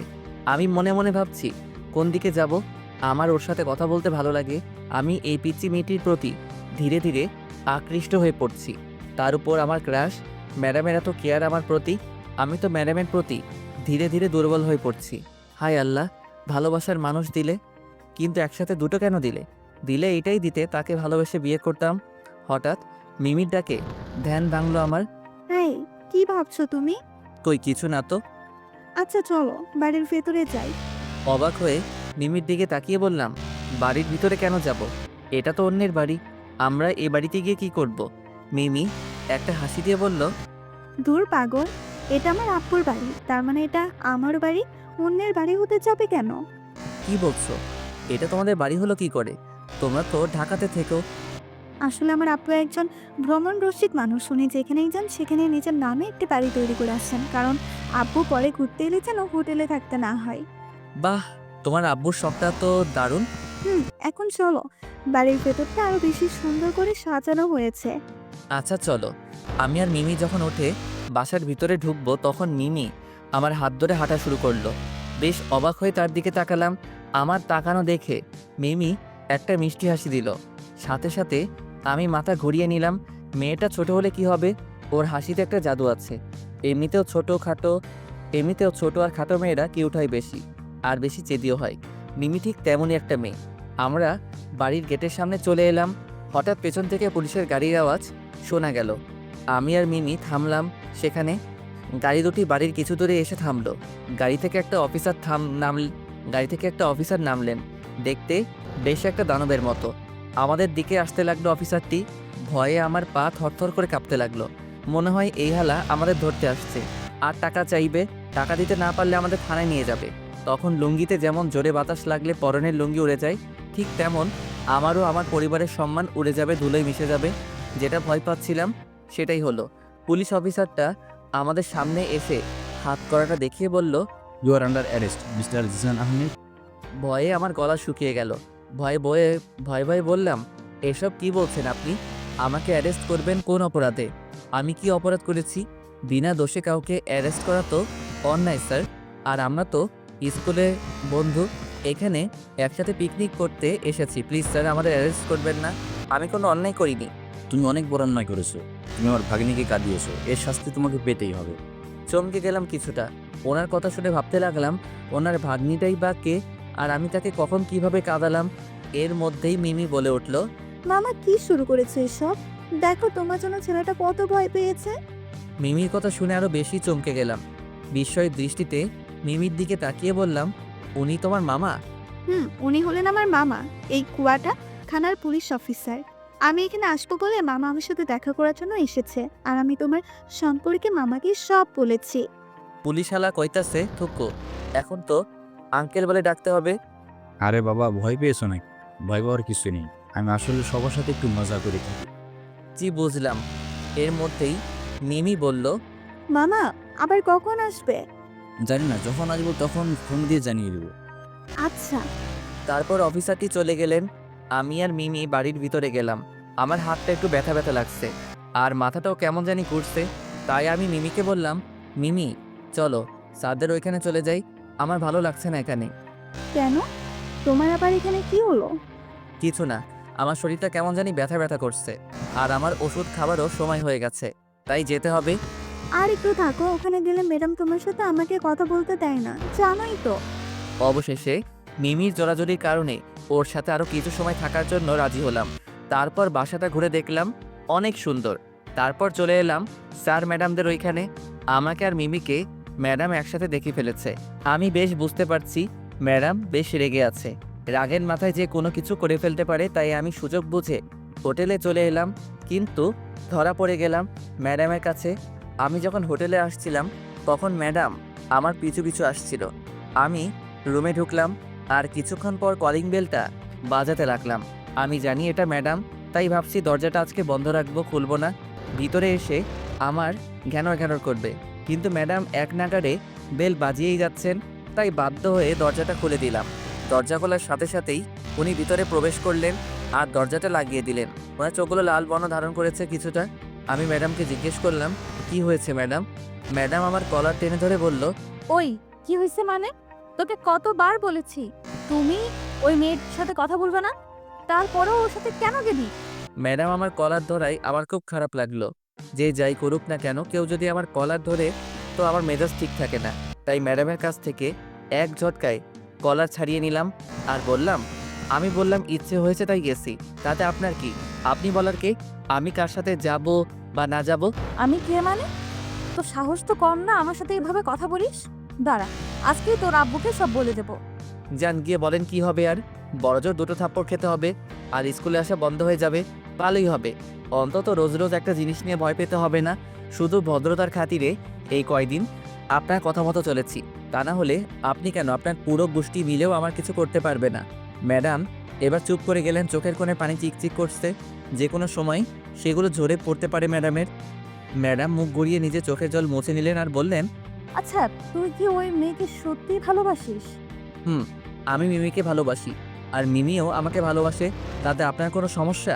আর আমি বুঝি না আপনি কেন আমার পিছু পড়ে আছেন। বুঝতে হবে না। ম্যাডাম কাঁপতে কাঁপতে রুম থেকে চলে গেল। ওনার কান্নার আওয়াজ আমার সকল রাগ ভাঙিয়ে দিল। না, ম্যাডামের সাথে আমার এইভাবে কথা বলা উচিত হয়নি, কিন্তু আমি বুঝতে পারি না ম্যাডাম এমন কেন। আমি তো মিমিকে ভালোবাসি না, আমি তো ওর সাথে কথাই বলতে চাই না। তারপরেও যে কেন রাগ করে, আর যত রাগ সব আমার উপর। তারপর আর কিছু না ভেবে ফ্রেশ হয়ে চলে এলাম। স্যার ম্যাডামদের ওইখানে সবাই খুব মজা করছে, কেউ গান বাজনা করছে তো কেউ খেলাধুলা করছে। পিকনিকটা সবাই উপভোগ করছে, শুধু আমি বাদে। মিমি দেখি গান গাইছে, আমাকে দেখে একটা মুচকি হাসি দিল। আমি কিছু না বলে একটা চেয়ারে বসে পড়লাম। এবার সবাইকে খাবার দেওয়া হচ্ছে, সবাই খেতে বসেছে আর আমিও। মিমি তার চেয়ার থেকে উঠে আমার পাশে বসলো। আমি তেমন কিছু মনে করিনি, জানি মেয়েটার আমার প্রতি একটা আকর্ষণ কাজ করছে। কিছুদিন পর এটা এমনি ঠিক হয়ে যাবে, যখন দেখবে আমার কাছ থেকে ও সামান্যতম গুরুত্ব পায় না। আমি ওকে ভালোবাসি না। যখন সে এটা বুঝতে পারবে, তখন সে নিজে থেকেই আমার থেকে দূরে সরে যাবে। তাই কিছু না মনে করে খাওয়ায় মনোযোগ দিলাম। তারপর স্যার ম্যাডামদের ওইখান থেকে শোনা যাচ্ছে যে আমাদের মধ্যে কেউ একজন অনুপস্থিত। পরে তাদের কথা শুনে বুঝতে পারি বোরখাওয়ালি ম্যাডাম আমাদের সাথে নেই। সবাই ম্যাডামকে খুঁজছে, ফোন করছে, কিন্তু ফোন বন্ধ। আমার আর বুঝতে বাকি রইল না যে ম্যাডাম আমার উপর রাগ করে কোথাও চলে গেছে। আমি খাবার ছেড়ে উঠে পড়লাম। মিমি সেটা দেখে আমার হাত ধরে বলল, এই কোথায় যাচ্ছ? এখানে বসো বলছি। ভালোই হয়েছে, ম্যাডাম চলে গেছে, আপদ বিদায় হয়েছে। মিমির কথায় আমি নিজের রাগকে কন্ট্রোল করতে পারলাম না। সবার সামনে ওকে কিছু বলতে চাই না, তাই এক ঝটকায় আমার হাতটা ছাড়িয়ে নিয়ে চলে এলাম। মিমি অবাক দৃষ্টিতে আমার দিকে তাকিয়েছিল। আমি চলে এলাম সেখান থেকে, কারণ আমি জানি ম্যাডাম এখন কোথায় থাকতে পারে। হয়তো লেকের পাড়ে আছে। ম্যাডাম আমাকে বলেছিল যখন তার মন খারাপ থাকে তখন তিনি লেকের পাড়ে বসে থাকেন, নয়তো ছাদে। তাই আমি দেরি না করে চলে এলাম লেকের ধারে। যা ভেবেছিলাম ঠিক তাই, ম্যাডাম ওখানেই আছে। একটু স্বস্তির নিঃশ্বাস ফেললাম। অন্ধকারে কালো বোরখা পরা মেয়েদের দেখতে পারা খুব মুশকিল, কিন্তু চাঁদের আলোয় লেকের পাড়টা পুরো আলোকিত হয়ে আছে, তাই চিনতে সমস্যা হলো না। আর তাছাড়া এত রাতে ম্যাডামকে ছাড়া অন্য কাউকে দেখছি বলে মনে হয় না। আমি ধীর পায়ে ম্যাডামের সামনে গেলাম। বুঝতে পারছি ম্যাডাম এখনও কাঁদছে, তাই দেখে নিজেকে অপরাধী মনে হচ্ছে। আমার জন্য কেউ শুধু শুধু কাঁদুক, আমি তা কী করে হতে দেই। ম্যাডাম তার ফোনটা বের করলেন, উকি মেরে দেখলাম ওনার ওয়ালপেপারে আমার ছবি সেট করা। আমি অবাক হলাম, কারণ এই ছবি 7 মাস আগের তোলা। এটা উনি কই পেলেন? চিন্তায় পড়ে গেলাম। ওনার সাথে আমার পরিচয় মাত্র কিছুদিনের, কিন্তু ওনার কাছে আমার এই পিক কীভাবে এলো? না, আর কিছু ভাবতে পারছি না। এমনিতেও মাথা হারিয়ে ফেলতে পারি। তারপর ম্যাডামের কণ্ঠ শুনে ভাবনার জগৎ থেকে বাস্তবে ফিরে এলাম। ম্যাডাম আমার পিকটা সামনে রেখে কেঁদে কেঁদে বলছে, আমাকে এত কষ্ট দিচ্ছ তো? দাঁড়াও, একবার বিয়েটা হয়ে যাক, সব সুদে আসলে তোলে নিব। আমাকে কষ্ট দিতে তোমার খুব ভালো লাগে, তাই না? যখন থাকবো না তখন তুমি বুঝবে আমি তোমার জীবনে কি ছিলাম। হঠাৎ করে ম্যাডাম ওনার মোবাইলে সেভ করা আমার ছবিটায় একটা চুমু খেলেন আর বললেন, খুব ভালোবাসি তোমায়, যত কষ্টই দাও না কেন, জীবনের শেষ নিঃশ্বাস পর্যন্ত তোমাকেই ভালোবেসে যাব। কথাটা শোনার পর আমার মনের ভিতর একটা উত্তেজনার ঢেউ সৃষ্টি হলো। আর সেটা হলো, কেই ম্যাডাম? আর আমাকেই বা চিনে কীভাবে?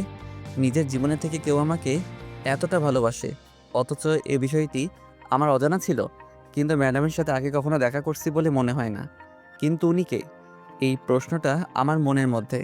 যতক্ষণ না এর উত্তর পাবো ততক্ষণ আমি শান্তি পাবো না। তবে এই প্রশ্নগুলোর জবাব শুধু ম্যাডাম নিজেই দিতে পারে।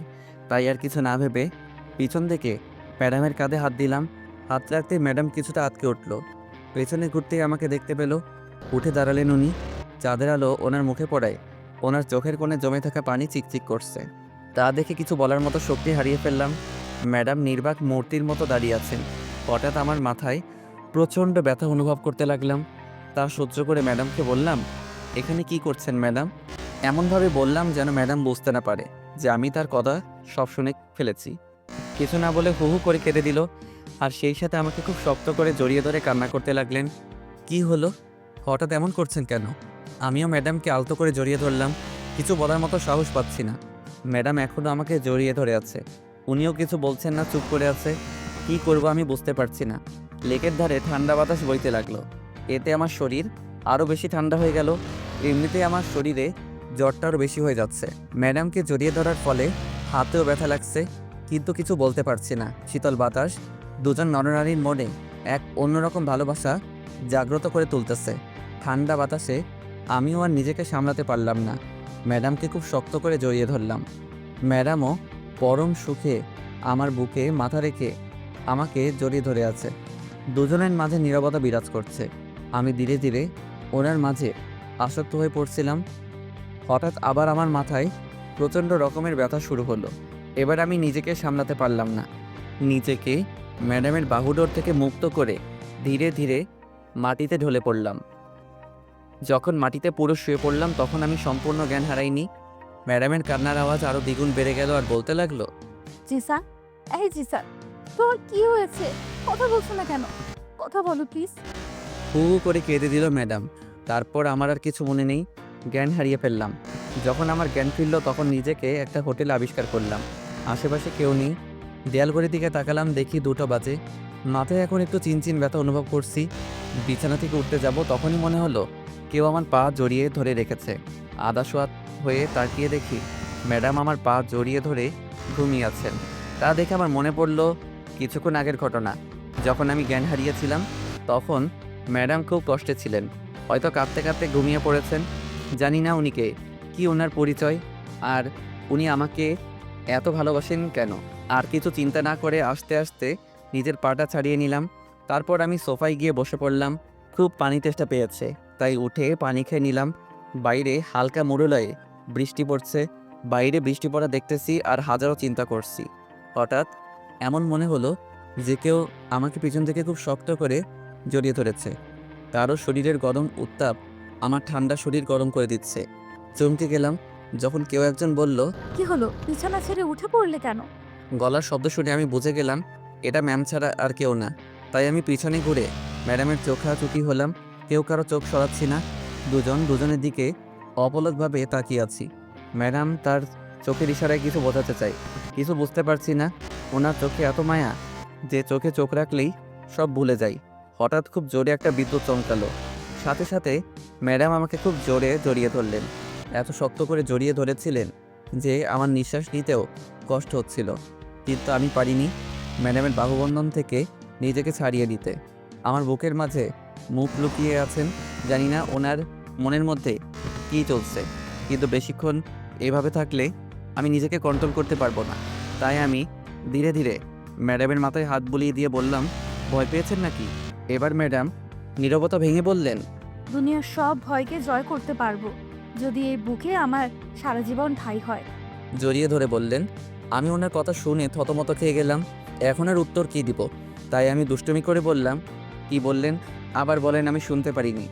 এবার উনি নিজে থেকে আমাকে ছেড়ে দিলেন আর লজ্জা পেয়ে দৌড়ে গিয়ে বিছানার অন্যদিকে দেওয়ালের দিকে মুখ লুকিয়ে দাঁড়িয়ে রইলেন।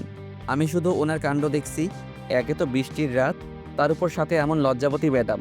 ওনাকে দেখে আমার মনের ভিতরে এক রোমান্টিক ঝড় বইতে শুরু করলো। আমি পুরোপুরিভাবে দুর্বল হয়ে পড়েছি। আমি কখন কিভাবে দুর্বল হয়ে পড়লাম ম্যাডামের প্রতি তা আমার অজানা। আমি আর মাথা খাটালাম না, সোফায় গিয়ে বসে পড়লাম। আর একটু আগে ম্যাডাম আমাকে যেভাবে বাচ্চাদের মতো করে জড়িয়ে ধরেছিল তা ভেবে অজান্তেই নিজের ঠোঁটের কোণে এক চিলতে হাসি ফুটে উঠল। এমন সময় ম্যাডাম আমার সামনে এসে দাঁড়ালেন আর বৃষ্টি করে বললেন, এভাবে মুখ লুকিয়ে হাসছো কেন? কোথায় হাসলাম? আমি তো কিছু বলার আগে ম্যাডাম আমাকে ধমক দিয়ে বললেন, চুপ, লুচ্চা ছেলে কথাকার। বেশি কথা বললে কিন্তু মারতে মারতে সোজা করে দেবো। কিছুটা চমকে গেলাম। সোফা থেকে উঠে বললাম, কি করলাম ম্যাডাম? আপনি তো আমাকে জড়িয়ে ধরলেন। ওই চুপ, বেশি কথা বলবে না কিন্তু, বলে দিলাম। আমি চুপ মেরে গেলাম। আমি বুঝতে পারি না ম্যাডামের রহস্যটা কি। আজব ম্যাডাম একটা, কখনো তুই তোকারি করে বলে, আবার কখনো আমি তুমি না জানি, কখন আবার আপনি করে বলে আল্লাহ জানে। এমন সময় ম্যাডাম আমার হাত ধরে বললেন, শরীর তো যারা পুড়ে যাচ্ছে, আর এত রাতে মেডিসিন পাবো না। কিছু লাগবে না ম্যাডাম, এমনি ঠিক হয়ে যাবে। কিছু লাগবে না তোমাকে কে বললো? হ্যাঁ, বেশি কথা বলো কেন? চুপচাপ থাকবে। ওকে। এরপর ম্যাডাম আমার হাত ধরে নিয়ে গেলেন বিছানার সামনে। এখানে শুয়ে পড়ো তো, আমি তোমার মাথায় জলপট্টি দিয়ে দিচ্ছি। না ম্যাডাম, কিছু করা লাগবে না। চুপ, যা বলছে তাই করো। চুপচাপ এখানে শো বলছি। কি আর করার, ওনার কথা মতো শুয়ে পড়লাম। উনি আমার মাথায় জলপট্টি দিয়ে দিচ্ছেন। খুব ভালো লাগছিল তখন। এভাবে বেশ কিছুক্ষণ যেতেই আমি হারিয়ে গেলাম ঘুমের দেশে। সকালে মিষ্টি রোদে জানালা দিয়ে আমার মুখে এসে পড়তেই আমার ঘুমটা ভেঙে গেল। তারপর যা দেখলাম তার জন্য আমি মোটেও প্রস্তুত ছিলাম না। ঘুম ভাঙতেই বুকের উপর কিছুটা চাপ অনুভব করলাম। চেয়ে দেখি ম্যাডাম আমার বুকের উপর শুয়ে আছেন। অবাক হয়ে ওনার দিকে তাকিয়ে রইলাম। উনি কখন আমার বুকের উপর শুলেন আমি বুঝতেই পারিনি। ম্যাডাম গভীর ঘুমে আছে। কি করব বুঝতে পারছি না। হালকা একটু নড়ে কোনো মতে ম্যাডামকে শুয়ে দিলাম পাশের বালিশে। সাথে সাথে আমি উঠে পড়লাম বিছানা থেকে। তারপর একটু ফ্রেশ হয়ে নিলাম। এখন শরীরে একটু জ্বর নেই। তাতে ম্যাডাম খুব ভালো জলপট্টি লাগিয়েছেন। জ্বর সব উধাও হয়ে গেছে। ফ্রেশ হয়ে বেরিয়ে দেখি ম্যাডাম বিছানায় নেই। চমকে গেলাম কিছুটা। কোথায় গেলেন উনি? হঠাৎ কিচেনের দিকে চোখ পড়তে দেখি একটা আকাশি রঙের বোরখা আর সাদা রঙের হিজাব পরা কেউ সেখানে দাঁড়িয়ে আছে। বুঝতে পারলাম ওটাই ম্যাডাম। তাই ওনার সামনে গেলাম। ওনার সামনে গিয়ে দাঁড়াতেই ম্যাডাম বললেন, তুমি উঠে পড়েছো? আমি কি একটু ডাকবা না? কেন? কেন মানে? নাস্তা তৈরি করতে হবে না? ও, এখন তুমি যাও, টেবিলে গিয়ে বসো, আমি তোমার জন্য খাবার রেডি করে আনছি। আমি কিছু না বলে মাথা ঝুঁকিয়ে চলে গেলাম। গিয়ে টেবিলে বসে পড়লাম। ম্যাডাম খাবার নিয়ে এসে আমার পাশে চেয়ার টেনে বসে পড়লেন আর আচমকা আমার কপালে হাত দিলেন আর বললেন, দেখে দেখি জ্বর আর আছে কিনা। না আর নেই। এখন শরীর কেমন লাগছে? খুব ভালো। তারপর ম্যাডাম নিজ হাতে আমাকে খাইয়ে দিল, কারণ আমার হাতে ব্যান্ডেজ। তারপর খাওয়া দাওয়া শেষে ম্যাডাম আমাকে বললেন, এই শোনো, আজকে তোমার জন্য একটা সারপ্রাইজ আছে। আজকে সারা দিন তুমি আমার সাথে থাকো, কোথাও যাবে না বলে দিলাম। সারপ্রাইজ কি? সেটা পরেই জানতে পারবে। আর আজকে তোমাকে ডাক্তারের কাছে নিয়ে যেতে হবে, বুঝেছো? তারপর আর কোনো কথা বললাম না। তারপর আমি আর ম্যাডাম স্যারদের ওইখানে গেলাম। গিয়ে দেখি সবাই নাস্তা করছে। যতটুকু জানতে পারলাম আজকে নাকি এখানে শেষ দিন। আগামীকাল সবাই চলে যাব এখান থেকে। যাক, ভালোই হবে, কারণ এই পিকনিকটা আমার জন্য তেমন একটা আনন্দের হলো না। কিছুক্ষণ পর মিমি আমার সামনে এসে দাঁড়ালো। আজকে মিমির চেহারায় অন্যরকম একটা আনন্দের ছাপ দেখা যাচ্ছে, কিন্তু কেন তা আমার অজানা। আর মিমি হেসে এসে আমাকে জিজ্ঞেস করলো, এই তুমি ব্রেকফাস্ট করছো? এইমাত্র করে এলাম। ভালো করছো। আচ্ছা, আমরা যে কালকে এখান থেকে চলে যাচ্ছি, তুমি কি তা জানো? হ্যাঁ, এই সবেমাত্র জানতে পারলাম। ভালো, আমি তোমার জন্য সারপ্রাইজ গিফট রাখছি। চুপ করে রইলাম। ভাবছি আজকে কি কোনো স্পেশাল দিন না নাকি, যার সাথে কথা বলছি সেই আমার জন্য সারপ্রাইজ রাখে। এমন সময় মিমি বলল, এই কি হলো, কি ভাবছো? কিছু না। কি সারপ্রাইজ সেটা দেখাও তো। সেটা এখানে নয়, ঢাকাতে গিয়ে দেব। ও আচ্ছা। আর কথা বাড়ালাম না, কারণ মিমির সাথে কথা বললে অন্যরকম একটা ফিলিংস জাগে। পিচি মেয়েটি কবে জানি আমাকে তার ফাঁদে ফেলে কে জানি। হঠাৎ কে জানি আমার বাম হাতটা ধরে ঘুরিয়ে আমাকে ঠাস করে একটা চড় মারলো। খুব জোরেই চড়টা মেরেছে। চিনচিন ব্যথা করছে। সামনের দিকে তাকিয়ে দেখি ম্যাডাম রাগী লুক নিয়ে তাকিয়ে আছেন। এখন আমি বুঝতে পেরেছি ম্যাডাম আমাকে এত কেন মারে। মিমির সাথে কথা বললে ওনার ভয় হয়। যদি আমি মিমির প্রেমে পড়ে যাই, এই ভয়ের জন্যই বুঝি ম্যাডাম আমাকে মিমির সাথে কথা বলতে বারবার বাধা দেয়। আমি মিমির দিকে তাকিয়ে দেখি সে মাথা নিচু করে আছে। ম্যাডামের চোখে চোখ পড়তেই আমি মাথা নামিয়ে ফেলি, কারণ উনি খুব রেগে আছে। তা আমি দেখলেই বুঝতে পারি এখানে বেশিক্ষণ থাকলে মান সম্মান নিয়ে টানাটানি পড়তে পারে। তাই আমি ম্যাডামকে কিছু বলতে যাচ্ছিলাম, তার আগে ম্যাডাম আমার হাত ধরে বলল, চলো। আমি ভয়ে ভয়ে বললাম, কোথায়? ম্যাডাম কিছু না বলে আমার দিকে তাকিয়েছিলেন। এতেই আমার ভয়ে জান যায় যায় অবস্থা। ম্যাডাম আমার হাত ধরে টানতে টানতে মিমির সামনে থেকে নিয়ে এলেন একটা গাছের আড়ালে। ম্যাডাম আমাকে গাছের সাথে ধাক্কা দিয়ে লাগিয়ে দিলেন। ভয়ে আমার হাত পা কাঁপাকাঁপি শুরু হয়ে গেল। না জানি এখন আবার কি করে আমতামদা করছিলাম। হঠাৎ করেই ম্যাডাম আমার গালে একটা চুমু বসিয়ে দিলেন। আমি থ মেরে গেলাম। উনি আমার দিকে এক নজরে তাকিয়েছিলেন, আর আমি ওনার দিকে লজ্জায় তাকাতে পারছিলাম না। যদি কেউ দেখে তাহলে আমার 12টা বাজিয়ে ফেলতো। ম্যাডামের তো মেয়ে মানুষ, আমাকে ফাঁসিয়ে দিতে পারে, কারণ এখানে মানুষ মেয়েদের বেশি বিশ্বাস করে। ম্যাডাম দেখি এখন আমার দিকে এক নজরে তাকিয়ে আছে। তাই আমি বললাম, এটা করলেন কেন ম্যাডাম? এমনি করেছি, তোমার কোনো প্রবলেম? কালটা আমার, আর আপনি কিস করবেন বিনা অনুমতিতে? প্রবলেম তো হবারই কথা। এই কুত্তা, কি বললি? তোর কাছে অনুমতি নিতে হবে? থাপ্পড় দিয়ে তোর সব দাঁত ফালাই দিমু। কি রে, চুপ করে আছিস যে? কি বলবো, কিছু বলতে গেলে তো মারেন খালি। তোর কিছু বলতে হবে না, চল আমার সাথে। ডাক্তারের কাছে যেতে হবে তোর চেক আপ করানোর জন্য। আচ্ছা চলেন। তারপর আমি আর ম্যাডাম রিক্সাতে বসলাম। ম্যাডাম আমার গা ঘেঁষে বসলেন আর আমার হাত ধরে কাঁধে মাথা রেখে বসে রইলেন। বেশ কিছুক্ষণ পর ম্যাডাম আমার গালে হাত দিয়ে বললেন, জ্বরটা খুব জোরে লেগেছে তাই না? ম্যাডামের কোমল হাতের স্পর্শে আমি শিহরিত হয়ে উঠি। মন চাচ্ছিল ওনাকে জড়িয়ে ধরি, তবে ওটা করার সাহস আমার নেই। তাই আমি হেসে বললাম, না। আসলে আমি রাগের মাথায় কখন কি করে বসি নিজেও জানি না। প্লিজ তুমি রাগ করো না। চট দেওয়াতে আমি কোনো কষ্ট পাইনি। কষ্ট তো একটাই যে আমি কোনো দিনও বিয়ে করতে পারবো না। মানে কি বলছো এসব? মানে এক গেলে চুমু খেলে বিয়ে হয় না? আপনার জন্য কি আমার কোনোদিনও বিয়ে হবে না? আরে না, এইসব কথা সব গুজব। তোমার বিয়ে হবে বলতে গিয়েও থেমে গেলেন। তাই আমি আগ্রহ নিয়ে জিজ্ঞেস করলাম, কি আপনি কি বলতে গিয়ে থেমে গেলেন কেন? কিছু না। আমি রাগ দেখে মুখ অন্য পাশে ঘুরিয়ে নিলাম। ম্যাডাম তা দেখে আমার অন্য গালেও একটা চুমু খেলেন। এটা দেখে আমি চোখ বড় বড় করে তাকিয়ে রইলাম। এটা কি করলেন আপনি? তুই যে বললি এক গালে চুমু দিলে বিয়ে হয় না, তাহলে ওটাতেও দিলাম। কেউ এভাবে দেয়? তো কিভাবে দেয় শুনি? আমি যেভাবে পারি সেভাবেই দিব। আমি শিখিয়ে দিই। এক লাথি দিয়ে রিক্সা থেকে ফেলে দেবো বলে দিলাম। আমি আর কিছু বললাম না। একটু পর রিক্সা থেকে নেমে ডাক্তারের কাছে গেলাম। ডাক্তার আমার হাতের ব্যান্ডেজ খুলে দিয়েছে। আর আমার নাকি কোনো প্রবলেম হবে না, আমি আগের মতো সব কিছু করতে পারবো। তারপর ডাক্তারের ওখান থেকে বেরিয়ে ফুটপাথ দিয়ে হাঁটছি। আমি ম্যাডামকে জিজ্ঞেস করলাম, এবার কোথায় যাবেন? আমার এক বান্ধবীর বাসায়। আমি কোনো আপত্তি করলাম না। তারপর ম্যাডাম আর আমি নানান বিষয় নিয়ে কথা বলছি। আমরা কিছুখানি পরে একটা বাড়ির সামনে এসে দাঁড়ালাম। বাড়িটা খুব সুন্দর ও বড় বটে, একটা বিদেশি রিসোর্টের মতো। আমি ম্যাডামকে বললাম, আপনি তো বলেছেন আমাকে সারপ্রাইজ দিবেন, তাহলে এটাই আপনার সারপ্রাইজ? দূর বোকা, এটা তো আমার বান্ধবীর বাড়ি। সারপ্রাইজ তাকে রাতে দিব। ও আচ্ছা। চলো ভেতরে যাই। তারপর ভিতরে চলে গেলাম।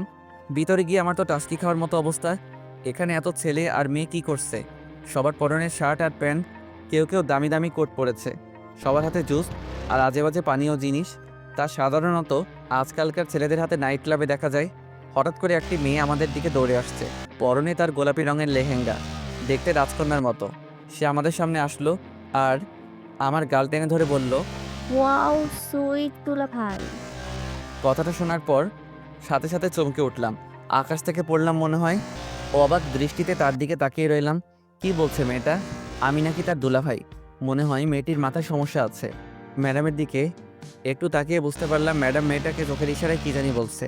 কিছু বুঝতে পারলাম না। তার আগে মেয়েটি আবার বলল, আপু তুই ছেলেটাকে কোথায় পেলি রে? ইস, তোর আগে যদি আমার সাথে দেখা হতো তাহলে আমি নিজেই লাইন মারতাম। ইস, কি সুইট দেখতে রে। কথাটা শুনে বুঝতে পারলাম ম্যাডামের ছোট বোন হয়তো। ছোট হলে কী হবে, একেবারে পাকা বুড়ি একটা। নিজেকে কেমন জানি হিরো হিরো মনে হতে লাগলো। এই প্রথম কোনো মেয়ে আমাকে সুইট বলল। জানি না সত্যি কথা বলছে নাকি পাম মারছে। এসব ভেবে নিজের অজান্তেই আমার মুখে হাসি ফুটে উঠল। হাসি থামিয়ে যেই মেয়েটিকে কিছু বলতে যাব ঠিক তখনই মাঝখান থেকে ম্যাডাম বললেন, তুই চুপ থাকবি, বেশি পাকা হয়ে গেছিস তাই না? দাঁড়া, তোর আপুর কাছে নালিশ করব তোর নামে। কোথায় তোর আপু? ওকে দেখতে পাচ্ছি না যে। আপু এখনো রুমে আছে, রেডি হচ্ছে, যাও সেখানে। আমি ততক্ষণে দুলাভাইয়ের সাথে আলাপ করি। আচ্ছা কর। জিসান আসো, ভেতরে আসো। মাথা নাড়ালাম। কি হচ্ছে এসব আমার সাথে? আমি কিছুই বুঝতে পারছি না। তার মধ্যে মেয়েটি আবার বলল, আসেন দুলাভাই আসেন, ভেতরে আসেন। কথাটা বলতে বলতে আমার হাত ধরে বসলো। আমি কিছু বললাম না, পিচি মেয়ে তো তাই। ম্যাডামকে দেখলাম সিঁড়ি বেয়ে উপরে যেতে যেতে যেতে বেশ কয়েকবার আমার দিকে তাকাচ্ছিল, কিন্তু আমি তেমন ঠিকভাবে তাকাইনি। অতঃপর মেয়েটি আমাকে একটি সোফা এনে বসালো আর বক বক করতে লাগলো। আমি এখনও বুঝে উঠতে পারলাম না মেয়েটি ম্যাডামের কি হয়। এমন সময় মেয়েটি বলল, আচ্ছা দুলাভাই, আপুর সাথে তোমার কোথায় দেখা হয়েছিল আর কিভাবে পরিচয় হয়েছিল বলো না প্লিজ প্লিজ। কথাটা শুনে হেসে উঠলাম। আমি তো ম্যাডামকে ঠিক করে দেখতেই পারলাম না, তো কিভাবে বলবো। তাই আমি তাকে বললাম, তোমার আপুর সাথে আমার প্রথম দেখা হয় স্কুলে, আর সেখান থেকে পরিচয়। তার মানে ছোটকাল থেকে তোমাদের এইসব চলছে? এসব মানে? এই যে লুকিয়ে লুকিয়ে সবার চোখ ফাঁকি দিয়ে লুতোপুতো প্রেম করছো? আমি বুঝতে পারলাম মেয়েটি একটু বেশি বোঝে, তাই মাথা নাড়িয়ে হ্যাঁ বললাম। কথা বলতে বলতে জানতে পারলাম ম্যাডাম ওর বোনের খুব ভালো বন্ধু, আর আজকেই ওর আপুর জন্মদিন। তাই বাড়িতে এত মানুষ। কিছুক্ষণ পর ম্যাডাম এলেন, সাথে একটা মেয়েও আছে। মেয়েটি সাদা ড্রেস পরেছিল, দেখতে একদম সাদা পরীর মতো। দেখতে দেখতে সন্ধ্যা ঘনিয়ে এলো। তারপর কেক কাটা হলো। ম্যাডাম তার বান্ধবীর সাথে কথা বলছে। আমি জানি না ওরা কি বলছে। আমি ওদের থেকে দূরে দাঁড়িয়েছিলাম, তাই ওদের কথা শুনতে পাইনি। অবশেষে ম্যাডাম ও তার বান্ধবী আমার সামনে এলো। মেয়েটি চোখে মুখে কেমন একটা আপসেট আপসেট ভাব দেখা যাচ্ছে। বুঝতে পারলাম ম্যাডাম এখন চলে যাবে। তাই ম্যাডামের বান্ধবীর নাম রিয়া। রিয়া আমাকে বলল, এই যে মিস্টার জিসান হয়, আবার বান্ধবীকে তো আপনাকে চোখে হারায়। ওকে একদম কষ্ট দিবেন না। যদি কখনো শুনি ওকে কষ্ট দিয়েছেন তো আপনার কপালে খারাপই আছে, এই বললাম। আমি মাথা নাড়িয়ে হ্যাঁ বললাম, কারণ আমিও যে ম্যাডামকে ভালোবেসে ফেলেছি, আর আমি জানি ম্যাডামও আমাকে ভালোবাসে। তাই আমাকে অন্য মেয়েদের সাথে কথা বললে সহ্য করতে পারে না। তারপর ম্যাডাম আর আমি বিদায় নিলাম সেখান থেকে। ম্যাডাম কিছুটা চুপচাপ রয়েছেন, হয়তো এতদিন পর ওর বান্ধবীর সাথে দেখা হলো, আর ছেড়ে যেতে একটু কষ্ট তো হবেই। ম্যাডামের এই নীরবতা আমি একদম সহ্য করতে পারছিলাম না, তাই ম্যাডামকে খুশি করার জন্য কথা বলতে লাগলাম। আচ্ছা ম্যাডাম, এখন আমরা কোথায় যাচ্ছি? নদীর পাড়ে। কেন ম্যাডাম, সেখানে গিয়ে কি করবেন? আচ্ছা যাই, তারপর দেখতে পাবে। আর জানো, রিয়া আর আমি দুজন নদীর পাড়ে খুব ঘোরাঘুরি করতাম। আজ 3 মাস পর রিয়ার সাথে দেখা। আমি বুঝতে পারলাম ম্যাডামের মনের অবস্থা ভালো নয়। হয়তো নদীর পাড়ে গেলে মন ভালো হবে। হঠাৎ করে মনে পড়ল ম্যাডাম সেই সারপ্রাইজের কথা। কিন্তু কখন দেবেন? ম্যাডাম কি ওনার সারপ্রাইজটার কথা ভুলে গেছেন নাকি? ওনাকে কি মনে করিয়ে দিব কথাটা? না না, এখন না। তাই চুপচাপ ওনার পাশে হাঁটতে লাগলাম। কিছুক্ষণ পরে খুব বড় সুন্দর নদীর পাড়ে এলাম। নদীর পানিতে চাঁদের আলো পড়ে ছলছল করছে। তারপর আমি আর ম্যাডাম নদীর পাশে বসে পড়লাম। ম্যাডাম আমার কাছে মাথা দিয়ে বসে রইলেন। হালকা মৃদু বাতাসে দুজনের মনের মধ্যে উথাল পাতাল ঢেউ উঠছে। তাই আমি ম্যাডামের হাতটা শক্ত করে ধরলাম। হয়তো ম্যাডাম বুঝতে পেরেছে আমিও তাকে ভালোবাসি, কিন্তু কেউ কাউকে বলতে পারছি না। কিন্তু আর যাই হোক, আমি আমার মনের কথা ম্যাডামকে কোনোদিনও খুলে বলবো না। উনি যদি নিজে থেকে বুঝতে পারে তাহলে ভালো, না হলে সম্পর্কটা অপ্রকাশিত রয়ে যাবে। হ্যাঁ, আমি রিয়েল লাইফেও এমন কাউকে আমার মনের কথা খুলে বলতে পারি না। আর সেদিন দুজন দুদিকে রব, কিন্তু এমনটা আমি মন থেকে কোনোদিনও চাইবো না। কিছুক্ষণ পর ম্যাডামের গলার আওয়াজ শুনে বাস্তবে ফিরলাম। আচ্ছা জিসান, যদি সময়টা এখানে থমকে যেত তাহলে কত ভালো হতো, তাই না? খুব সুন্দর মুহূর্ত, যে আমি কখনো ভুলতে পারবো না। আমাকে তো একদিন ঠিকই ভুলে যাবে। কেন ম্যাডাম, এমনটা কেন বললেন? বারে, আমি তোমার কে হই যে তুমি আমাকে মনে রাখবে? এত মায়াবী, অভিমান ও আবেগ আদর মিশ্রিত কণ্ঠে কথাগুলো বলতেছে যে আমার হৃদয় ভেঙে চুরে একাকার হয়ে যাচ্ছে। আমার কান্না চলে আসতেছে। মনের মানুষ মনেই থাকে, তাকে কখনো ভোলা যায় না। মানে কিছু না। বুঝিয়ে বলো। আপনি তার অবুঝ নন যে বলে বোঝাতে হবে। প্লিজ জিসান, বুঝিয়ে বলো। আমি আর পারছি না এই দূরত্ব সহ্য করতে। দূরত্ব যদি সহ্য করতে না পারেন তাহলে কাছে যাওয়ার চেষ্টা করেন। হয়তো সেই মানুষটা আপনাকে কাছে চাই, নিজের করে পেতে চাই। কিন্তু আমি বুঝবো কিভাবে সেই মানুষটা সত্যিই আমাকে চায়? মনের কথাটা একবার খুলে বলে দেখতেই পারেন। যদি সে রাজি না হয়? হতেও পারে, বলে দেখেন না একবার। তাই? আচ্ছা ওয়েট। এই কথা বলে ম্যাডাম ওনার ব্যাগ থেকে একটা ছোট্ট বক্স বের করলেন, খুব সুন্দর করে প্যাক করা। উনি সেটা আমার হাতে ধরিয়ে দিল। আমি অবাক হয়ে তার দিকে তাকিয়ে রইলাম। এখন হয়তো ম্যাডাম ওনার মনের কথা বলতে চায়, কিন্তু সেই কথা না বলে বক্স ধরিয়ে দিল। তাই ম্যাডামকে জিজ্ঞেস করলাম, এটা কি? এটা কি হলো? আমার সুখ ও দুঃখের চাবিকাঠি। মানে? মানে এটার উপর নির্ভর করছে সে কি আমাকে গ্রহণ করবে নাকি দূরে ঠেলে দিবে। ও আচ্ছা, এটা কি আমি খুলতে পারি? সেটা তোমার ইচ্ছা। তারপর আর কিছু না বলে বক্সটা খুললাম। তার মধ্যে সবার উপরে ছোট্ট একটা কার্ড রয়েছে। কার্ডটা আগে নিলাম। তার মধ্যে খুব সুন্দর করে লেখা রয়েছে, আই লাভ ইউ। সাথে সাথে ম্যাডামের দিকে তাকালাম। ম্যাডাম সাথে সাথে লজ্জায় মুখ অন্যদিকে ঘোরালো। ম্যাডামের এই লজ্জামাখা মুখ দেখার জন্য আমার মন খুব উতলা হয়ে রয়েছে।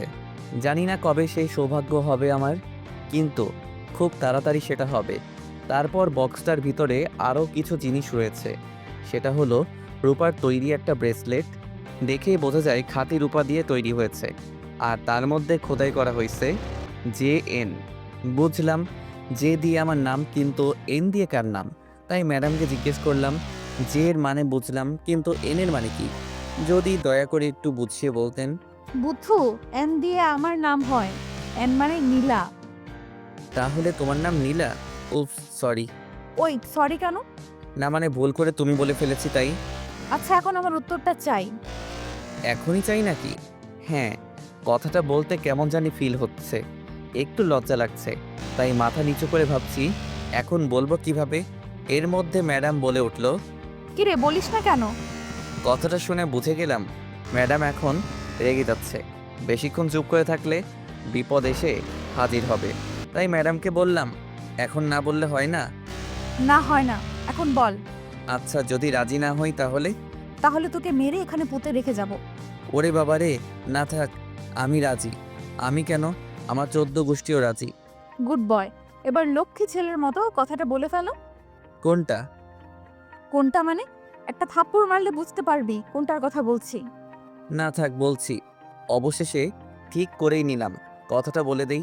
তাই মাথা নিচু করে হুট করেই বলে দিলাম, আই লাভ ইউ।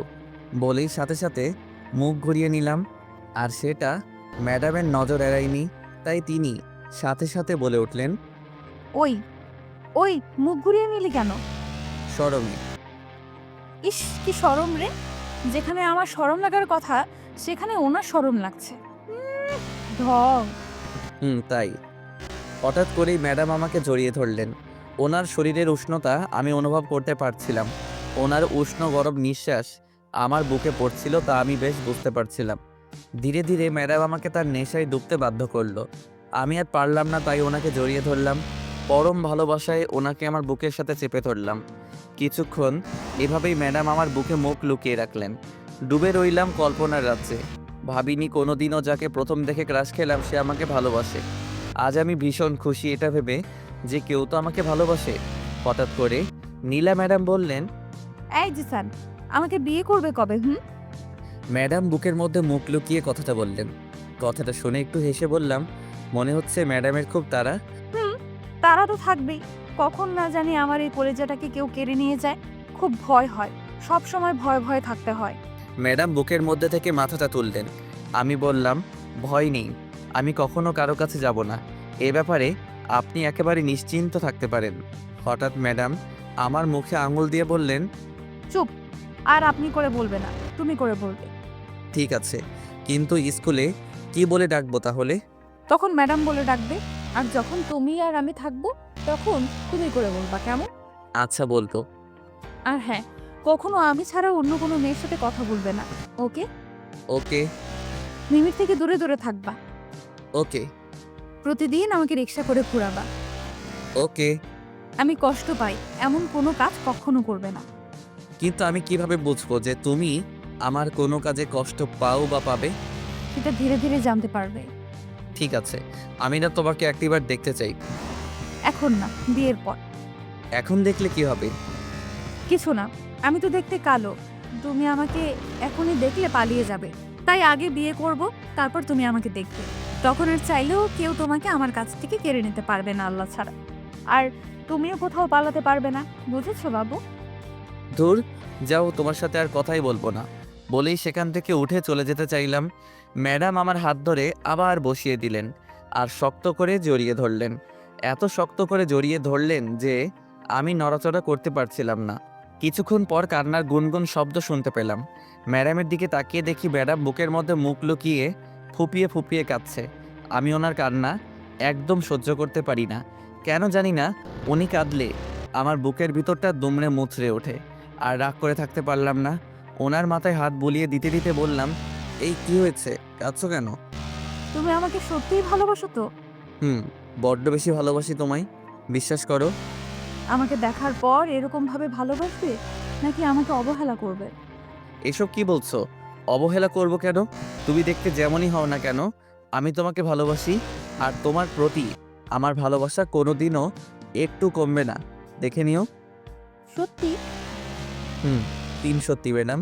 ম্যাডাম আমার বুকের মধ্যে থেকে মাথা তুলে বললেন, আচ্ছা, আমার কপালে একটা চুমু দাও। কেন? আহা, এত কথা বলো কেন? যা করতে বলেছি তাই করো। তারপর আর কোনো আপত্তি করলাম না। ওনার বোরখা পরিহিত কপালে আলতো করে একটা চুমু খেলাম আর বললাম, হয়েছে ম্যাডাম? জি, হয়েছে। এই তোমার গালে কি হয়েছে? কই, কোন গালে শুনি? হঠাৎ করে ম্যাডাম আমার গালটা ডান পাশে করে হুট করে একটা চুমু দিয়ে বসলেন। আমি তো বোকা বনে গেলাম। ম্যাডাম লজ্জায় আমার বুকে মুখ লুকালো। তা দেখে আমি হেসে হেসে বললাম, এই তুমি আমার অনুমতি ছাড়া আমার গালে কিস করো কেন? অনুমতি নিতে হবে কেন? এটা তো আমার অধিকার।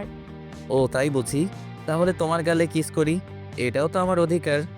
না না জি স্যার, এমনটা করো না, তাহলে কিন্তু আমি এখান থেকে চলে যাব। থাক, যেতে হবে না, এটার বদলা আমি বিয়ের পর নেব। হ্যাঁ তাই করো, তখন সুদে আসলেও লাভ পাবে। এই বলে ম্যাডাম আমাকে জড়িয়ে ধরলেন। আমি তাকে জড়িয়ে ধরলাম। কিছুক্ষণ পর কেন জানি মনে হচ্ছে আমার কানের লতি ধরে কেউ টানছে। বেশ ব্যথা অনুভব করছি, কিছু বুঝতে পারছি না। হঠাৎ ম্যাডাম আমাকে ছেড়ে দিয়ে একপাশে দাঁড়িয়ে গেলেন। অবাক হয়ে যাই, তাই আমি উঠে পেছনে তাকাতেই আমার চোখ কপালে উঠে যায়। ভয়ে আমি কাঁপাকাঁপি করতে লাগলাম। এই হালকা ঠান্ডা বাতাসে আমার ঘাম ছুটতে লাগলো। এখন শুধু পালানোর জন্য রাস্তা খুঁজছিলাম। মন বলছে এই দৌড়ে পালিয়ে যাই, কিন্তু এখন আর কোনো উপায় নেই, কারণ আমার সামনে দাঁড়িয়ে আছে আমার বাবা আর মা। আমি মাথা নিচু করে দাঁড়িয়ে আছি, কিছু বলার সাহস পাচ্ছি না। কিভাবে বলবো আমি? তখন আম্মু বলল, এখনই এত প্রায় বিয়ের পর আবার পর করে দিবি না তো আমাদের? তারপর আব্বু বলল, আরে না, ও আমার ছেলে, এরকম কাজ ও করতেই পারে না। হ্যাঁ, তোমার ছেলে তোমার মতো লুকিয়ে লুকিয়ে প্রেম করে। তারপর আম্মু ম্যাডামের সামনে গেলেন আর বললেন, এমনিতে একটা ইমানদার বৌমা চাই আমরা, আমাদের এই বিয়েতে কোনো আপত্তি নাই, কি বলো? ঠিকই বলেছো, আমাদের ছেলের কপাল ভালো যে এরকম একটা মেয়ে তার জীবন সঙ্গী হতে যাচ্ছে। আব্বু ও আম্মুর কথা শুনে নিজের অজান্তে হেসে ফেললাম, কিন্তু তাদের বুঝতে দিলাম না। মাথা নিচু করে দাঁড়িয়ে আছি আর চোখে তাকিয়ে দেখি ম্যাডাম আম্মুর পা ধরে সালাম করলো। তারপর আব্বুকেও একইভাবে সালাম করলো। তারপর ম্যাডাম আমার পাশে দাঁড়িয়ে পড়লো। তা দেখে আব্বু বলল, বাহ, দুজনকে খুব সুন্দর মানিয়েছে। ঠিক বলেছে, খুব মানিয়েছে তাদের। আমি চুপ করে আছি তখনও। আমি অবাক হয়ে গেলাম এটা ভেবে যে তারা ম্যাডামের নাম ঠিকানা ও পরিচয় না জেনে তাকে মেনে নিল। এটা কি করে সম্ভব? ওরা কি ম্যাডামকে আগে থেকে চিনতো নাকি অন্য কিছু? ম্যাডামকে কি আগে দেখছেন? তা না হলে বলল কি করে যে আমাদের দুজনকে মানিয়েছে?